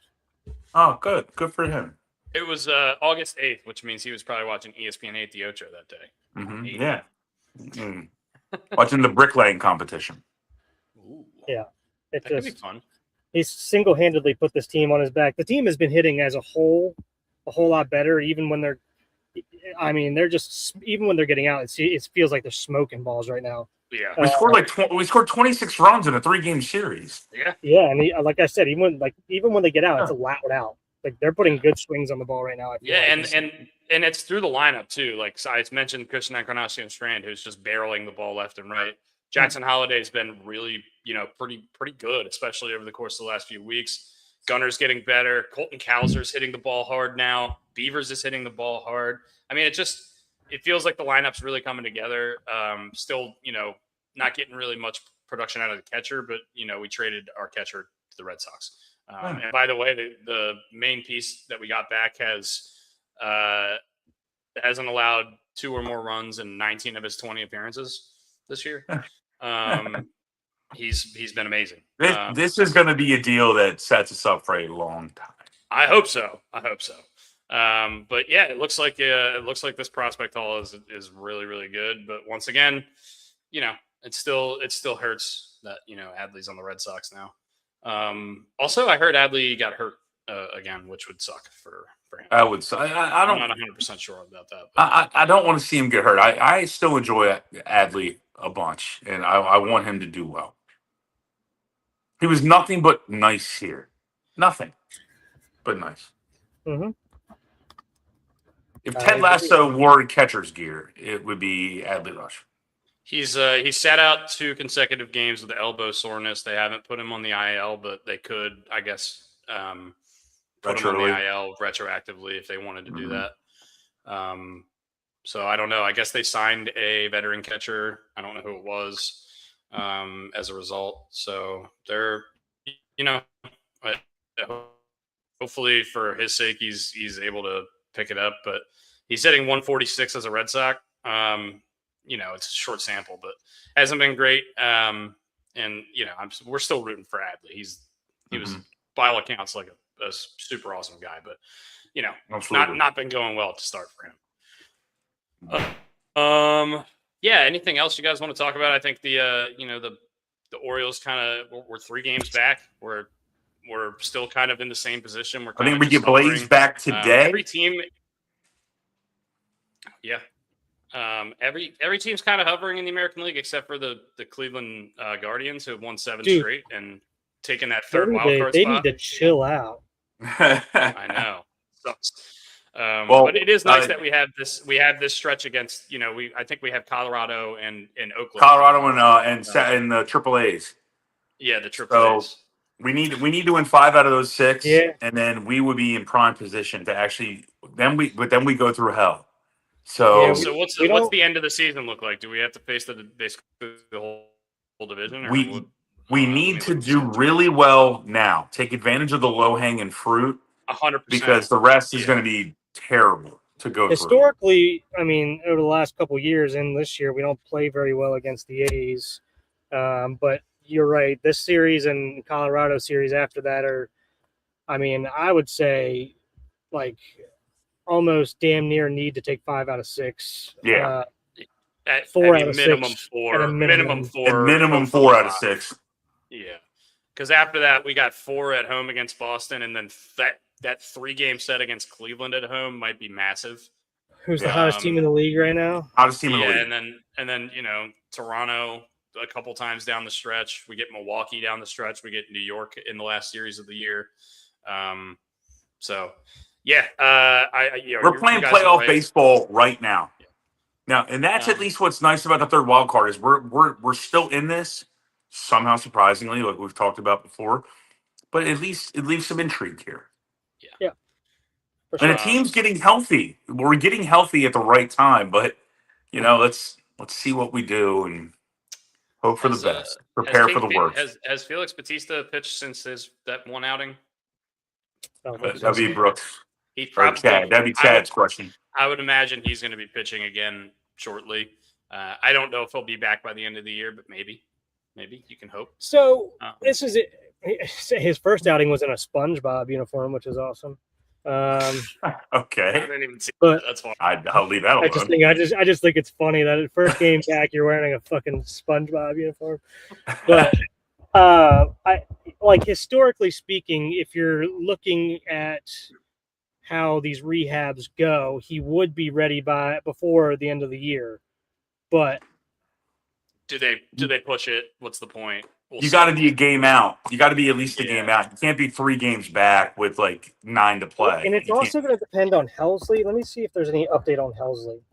I feel like I haven't heard anything about him. I think he went into Witsec, witness protection. I think the eraser, Arnold Schwarzenegger, has actually got him. He has to go meet at the zoo in order to call him. He's doing whatever Carl Pavano did to the Yankees. He's just gone. What happened to him? Let me see here. Like he said like a week ago or a week and a half ago that he was expecting to be back by the end of the year. Ryan Helsley was. This was August 25th. I just can't get an update about actually where he's at, what he's doing at the moment for his rehab. So I'm not 100% sure. So he's probably not. He might not even be. He's not coming back. Yeah, if you don't know now, then he's not coming back. That's Well, not a shot at you, Chad, but I'm sure they know, but they just They haven't said anything. can't find anything on it, like where he's at. I'll say this: it was nice seeing our boy Ramon this weekend. yeah, here he is. This week. Everybody loves Ramon. So I thought he was out of the league. I really did. Did you? He's only played like 30 games this year. He was always at the very minimal a serviceable player. Yeah. I mean, like he was a useful player for us while we had him. Very. I mean, he won a Gold Glove with us. Gold Glove. He did. Yeah. And I mean, he wasn't like the best hitter, but he get clutch hits, and he had like 2. I mean, we talked about it. Was it last year or 2 years ago where we would be without him getting hot and during while he took over the position from Westy being hurt, because he filled the gap commendably. Ryan Helsley on Sunday threw his first bullpen session as he makes his way back from elbow injury, through 15 to 20 pitches, mixed in off-speed pitches. He'll throw another bullpen this week. So yeah, he could definitely a chance that he could be back before the end of the year if he's starting to throw some bullpens. So see, reinforcements could potentially be on the way, and hopefully Cleveland can calm down a little bit. But yeah, we really got to just focus on taking, at least 2 of these first 3 games against Oakland, and then, hopefully sweeping the Rockies if we don't sweep Oakland. So yeah, it's embarrassing to say this, but we've had the same conversation from the beginning of the season to now. Reinforcements are on the way. Is Westberg's back on track? This is back on track. The reinforcements. We're still having the same convo we were having in March, and that just sucks for the organization. I'm not making fun of anybody that's standing here in front of me or sitting here in front of me, but it's the same conversation over and over and over again with this Orioles team. Is reinforcements are always coming, and the minute that reinforcements get here, 3 other guys go the other direction, and it just sucks. Pete Alonso is the reinforcements. Yeah. I mean, I'm give the man credit. He's literally trying to put the team on his back and will them to the playoffs right now. Yeah. I just hate the Orioles having the same freaking story every darn time. Hey, we're waiting on this guy back, waiting on this guy back, waiting on this guy back. Are these three guys back? It's like, damn, can we just get a fucking full roster for a little while and just enjoy ourselves? Yeah, that'd be nice, wouldn't it? Yeah, it'd be really nice. Just have like a full starting lineup for at least 2 months. Good Lord. Yeah. I agree. Yeah. All right. Let's wrap this up today. Well, we got golf. We got golf. We got to talk about golf. Okay, we can talk about golf. Well, because it's the end of the year, we're not going to be able to talk about it, and after this Sunday. So, well, I mean, we got the President's Cup next month. Yeah. Well, that's fair. I forgot about the President's Cup, but you got East Lake. It looks like these guys are carving up the course pretty good. I mean, and Minwoo Lee is just smashing. Let him cook, dude. 8 under yesterday at East Lake, which is no easy feat. That course is hard as fuck. Mm-hmm. But I don't know how they have it set up this week. But really, I mean, if you want to talk about golf, the news of the week was how they revamped the playoff format moving forward. I love it. It looks like it's going to be fucking awesome. If you're not familiar, it's been basically top 90, top 50, top 30, or whatever it is, have been playing, get into the tournaments, the last couple tournaments of the year for the playoffs. Mm-hmm. And it's just a stroke play tournament. But the way they're doing it starting in 2028 is that they're going to be doing match play. So is it double limb? No. So the way it's working is it's 2 weeks. It's 32 guys. So it's going to be a 32 person. It's not a bracket because it will be a bracket eventually, but I'll explain. So 32 people, it's going to be like World Cup style, 8 groups of 4, round robin. Everyone plays each other in the group. And then the top 2 from each group advance, and then they do Sweet 16. And knockout stage. So the first week is round robin, and then the second week is just Sweet 16. I love it. Thursday they play the Sweet 16. Friday they play the Elite 8. Saturday they play the Final 4. That's and then fantastic. Sunday Took long enough. It's been necessary for so long. Way better. You were harping on this a while ago. It's going to be awesome. And I know I've been talking about this for years. You literally have been talking about this for a while. It makes so much sense. And the reason they didn't want to do it is because what if Rory and Scotty lose in the first round and they're not in it? Well, guess what? This is how you create new stars in your sport. It's Rory and Scotty aren't going to be here forever. I mean, let Sam Burns win one. Let fucking Hideki Matsuyama win another. We need to create new stars in the sport. Yeah, I think this is where's Chris Gunnar if he doesn't actually go fucking crazy? Exactly. Watch Chris Gunnar run through this tournament, beat Rory and Scotty on the way, and then we're like, oh shit, this guy's a dog. Yeah, you just create a new like you said, if somebody gets hot during this thing, you just created a whole new a whole new fan base that somebody's gonna see him as a 8-year-old, and that's their new favorite golfer. Yeah. All of a sudden, Maverick McNeely's the hottest thing since pants and pockets. Yeah, dude. Also, you get hot for a week. It's gonna be fucking awesome, dude. I can't wait for this. It's gonna be amazing. I wish they were doing it next year. Did you guys see the Tommy Fleetwood comments on this? No, I did not. He said basically said it's about time, and how happy he was that they changed it. And he was like, I challenge anybody in the world to try to come back on Scotty Scheffler, giving him a 9-stroke advantage. What the fuck nobody's coming back on. Yeah, the way that they were doing it before was so stupid with the strokes. And I know they were trying to they're trying to give the players an incentive to be good during the regular season as well. But look, the way that they're doing it now is going to be so much better.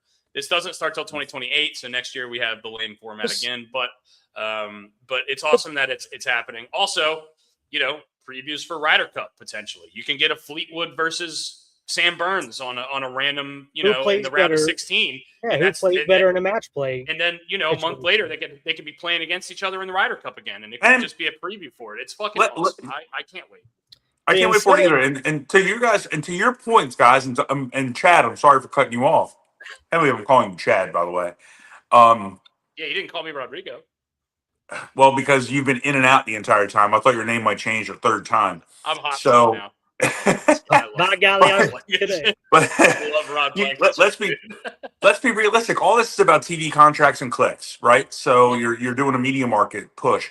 let's say it is Tommy Fleetwood versus Chris Goddard. Now you have England involved in watching. You're getting those. You're getting those eyeballs plus American eyeballs, and now you will have a Ryder Cup fashion match play outing. So obvious for so long. It's so obvious. Why are they not doing this next year? Like, why are we? Why are they not doing it right now? They should have been doing it in 2005. I'm sure it probably has something contractually to do with the courses or something. Can you imagine imagine watching Prime Tiger do this? Like, imagine if they would have done this in 2000, and we got to watch 10 years of Prime Tiger just absolutely destroying people in match play.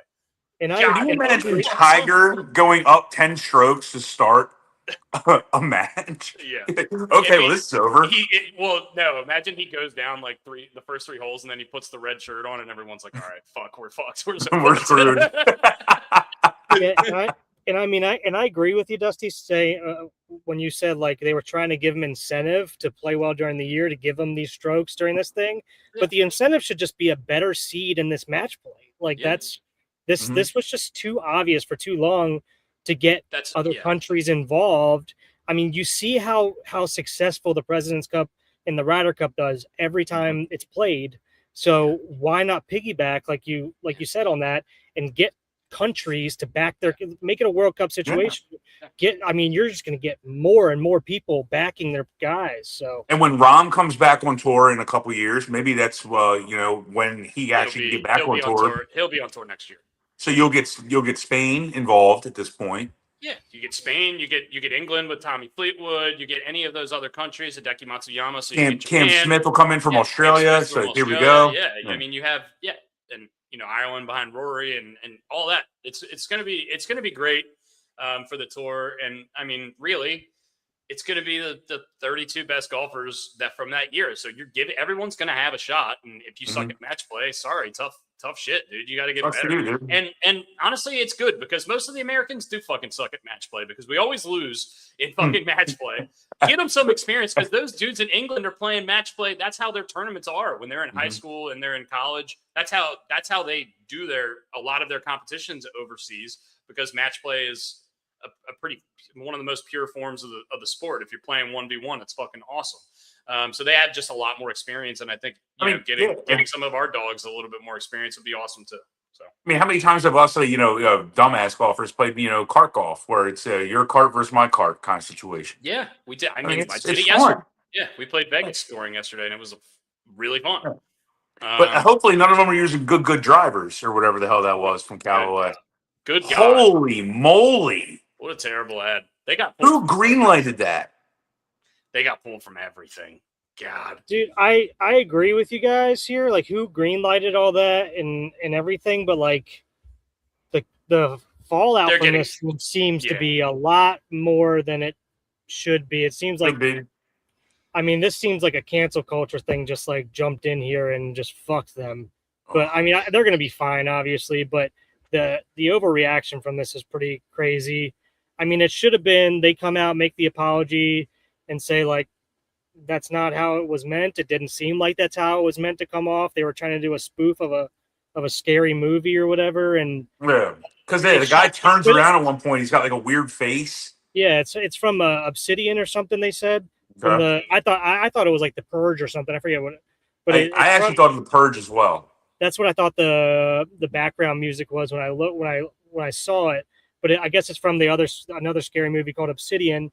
I mean, all it should have been is like, hey, obviously we don't promote domestic violence or hitting women.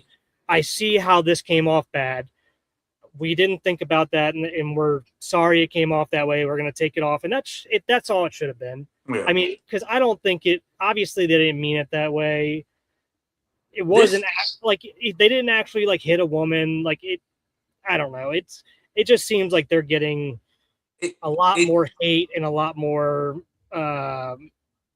whatever you want to call it than they should be for this. There's a lot of vitriol going around on this, and I understand what you're saying there, Chad. But and every time I say Chad, I think Chad Powers now because of you. Thanks. But what the scary movie part of it kind of also it just freaked me out, made me feel a little awkward, and then just like. This could be make an example. Like, how did these two big organizations or two big companies think, okay, this is a good idea. Yeah. I'm not advocating for anything else bad to happen. It came off like, let's make an example here so that people know moving forward, don't do this stupid shit. I guess. I mean, that's pretty obvious. It didn't need to be like this ridiculous of an example. It almost feels like the PGA Tour going after YouTube Golf a little bit when, again, we've all had our thoughts on this. Like, YouTube Golf has a place. They grow the game, whether you you like it or not. They have a place in growing the game, a big place in growing the game. And this is one of the biggest, whatever you want to call it, group YouTube channels in YouTube Golf. And I just don't get it. I don't get I get the backlash and everything like that, but it's also, this should have been like, hey, that was stupid. Whoever the PR company that was doing that was handling the marketing and came up with this idea should obviously be fired. They should come out with a statement. Good's come out with multiple statements saying like, I just obviously they were not promoting that and they didn't mean to promote that. Like that just makes no sense to me. It seems it's all dumb. It's all stupid.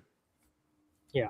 So anyway, Live Golf. I am still miffed at Live Golf. They just finished up here in Indianapolis this weekend. I know, and then they don't have it. Now they're downsizing, but they have a new investor who apparently has signed off and been approved by their board. Their board could be one person for all I know. Yeah, but they're losing all their top stars. DeChambeau and Rahm have basically already said they're done. So apparently Hatton is going to be playing on the Euro Tour next year while he pays his, I guess, fines, reparations fees, Tour or whatever. Did you hear about his walkout music for the Indianapolis tournament? I did. Yeah. Do we even want to cover that, or I don't know what the heck? What was it? It was what was the song that he played? Drop It Like It's Hot. No. It was basically like can't wait to get. It's a song about like, I don't know. Dustin will look it up. Yeah, I can't. Started from the bottom. Now we're here. Exactly. No, it's about him getting out.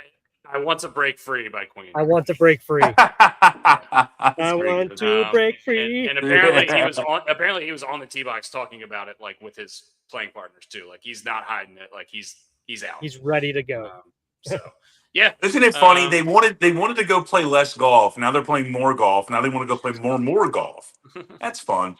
No, let's just be honest. He went for the money. There's nothing wrong with taking money. Yeah, that's why I love Koepka because he was like straight up said he was like, I'll be honest, I went for the dough. I was like, dude, money. Fucking duh, no shit. That's what everyone did, but they're all dancing around it. Just say it. Like Andy was in a slump and coming back from injury. Yeah. I mean, go get paid and go figure the shit out somewhere else. I can get paid more and play less golf. Now I want to play more golf and get paid less. Oh, okay, cool. That makes sense.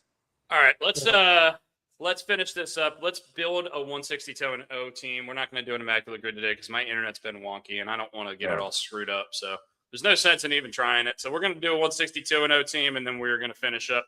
Like I said, next week we're going to do AFC and NFC. Well, because I actually had a question for you guys that I wanted you to go. If you could remake a great movie of your choice, what would it be? You can make a great remake. It has to be great? It has to be a great remake. So, for example, there's been a lot of shitty remakes. Like Super Troopers 2 was god-awful, right? Sandlot 2 was god-awful. If you could make a great sequel that everyone would enjoy. So, for example, like a Top Gun Maverick. Probably Summer Catch. Okay, you're out, Chad. You've now gone back to Brooks. I was going to say Sandlot. If I could remake a great Sandlot, I would redo Sandlot. They already made a remake. No. If I can make a great one. Oh, well, they didn't do. They did terrible with the second one. I wouldn't say the first one's the greatest movie of all time either. There's so many bad movies that have really cool concepts. Like there's a movie like The Purge is a fucking awesome concept for a movie, but the movie's not all that good. But I think you could make like a good 4 of them, right? I know.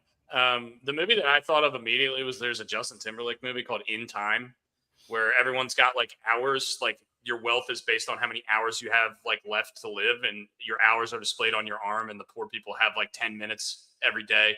The concept was really cool, but the movie wasn't very good. But I think that you could make a sick movie on that. Okay. Anyway, Ace Ventura 3 would be fucking amazing. Oh, there you go. See? There you go. Awesome Ace Ventura movie. Oscar winner. Oscar winner. Weren't they making an Ace Ventura 3 at some point? I think they were talking about it. I mean, they're making a new Austin Powers now. Well, they have an Ace Ventura Jr. Pet Detective.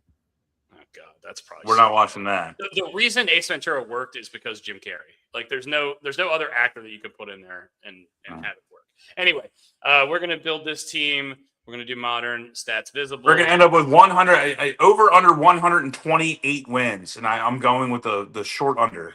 Oh, Dusty, we didn't tell you. Tuesday, Brian and I got 108. Oh, okay.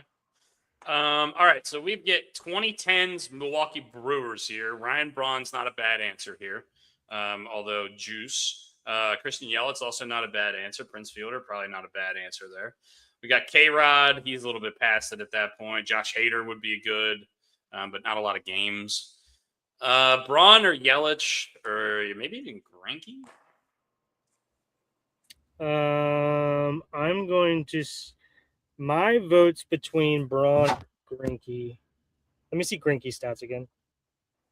150 wins, 3.1 ERA, 1,800 strikeouts. That's a lot. That's a lot. 295 average in the outfield with some stolen bases. That's pretty good. And then you have Yelich here. As well. He's also really good. Greinke. Also, you got 194 saves down there out of K-Rod. I think it's Braun or Greinke. Okay, me too. That's what I said. Give me Braun. Greinke. I agree on. I'm going to agree on Braun. I think we can get a better pitcher. Okay. I think it's hard. It's hard to get the outfielders. I don't know. What do we got this time? Philadelphia Phillies in the 1990s. We could get Kurt Schilling here. Known really awesome dude. Bobby Abreu is here. Lenny Dykstra is here. John Kruk. A lot of outfielders all of a sudden. That's weird. Except Kruk. Andy Van Slyke is a name. Wow. Darren Dalton. Shoot. All right. I don't really love this. I mean, Ron Gant is a name. I think Schilling. I don't know. I like shit. I would love Bobby Abreu more. Abreu. Todd Zeal. Wow. Doug Glanville. We're just naming names. Yeah, pick somebody. Shut up, Brian. Kurt Schilling or you guys scan all the way down. You go down and you're like, oh my God, look, Andy Van Slyke's there, or I'm Doug building a Drabek team. We're building a team. I'm aware. Scott Rowland or Kurt Schilling. Scott Rowland. Scott Rowland it is. Scott Rowland's going to be our third baseman. All right. We're going to spin again. We've got Scott Rowland and Ryan Braun. We've got a Hall of Famer and a not a Hall of Famer. Okay. Chicago White Sox 2020. Good luck with that. Crochet, I guess, probably the best here. Cease is, yeah, but his ERA is way too high. Yeah, you're right. Yeah, give me Crochet. Yeah. I mean, Liam Hendricks would be the only other option. I think Crochet is probably the answer. Oh, we can make him a reliever. You want to do Crochet as a reliever? No, because you want somebody with saves. Yeah. All right. Crochet is our starting pitcher. We've got who we got here? We go up. We got Cleveland Guardians 1980s. Jesse Orosco is here. That's not a bad Doug answer. Jones. Joe Franco. Carter. I like Jesse Orosco. That's a lot of saves. That's a good ERA. All right. I think that's probably a good pick there. All right, we're done with pitching. What we got here? Washington Nationals 1980s. So we got Tim Raines. We've got Andre Dawson. Gary Carter could be good as a catcher here. Gary Carter. These are the options here. Yeah, give me Gary Carter probably. Yeah, Gary Carter. You're not going to get much better catcher than Gary Carter, I wouldn't think. Detroit Tigers, 80s. Kirk Gibson's not bad here. Alan Trammell. Yeah, Bob Trammell, not bad. Lou Whitaker. How many at bats does Lou? How many games does Lou Whitaker have there? He has quite a bit, but I'm Lou Whitaker or Trammell. Trammell. Trammell Freddie it is. Lynn. He's going to be our shortstop. Freddie Lynn. Freddie Lynn. Nats 2000s. Vlad. Yeah. Vladdy or Ryan Zimmerman. Oh, Alfonso as well. Yeah, it's Vlad. Yeah, it's got to be Vlad. I love Alfonso Soriano, but it's got to be Vlad. New York Mets 2010s. Cano, baby. Or it could be DeGrom. We're done with pitching, but that's going to be that's going to hurt our win total because we should have waited. It's going to say we should have waited probably. I don't know. I think Cano is really good for second base. I'm cool with that. Yeah. First base, center field, DH. We've got Phillies 90s. Did we already get this? Fucking Christ, yeah. Ron Gant. It is going to be our center This fielder. team's going to suck. The under's hitting hard. It doesn't suck, but it's not great. That's for It's sure. not going to be 128. That's for Austin sure. Red Sox 2020s. We can get Schwarbaum as our DH. All we need is DH and first base. Shortstop? First base and DH. Now we have Alan Trammell. So, I mean, Schwarber's got all the homers. Give me Schwarber. Yeah, I think Schwarber. And then we need a first baseman. Give me Raffy Palmeiro. 2020s White Sox. Sick.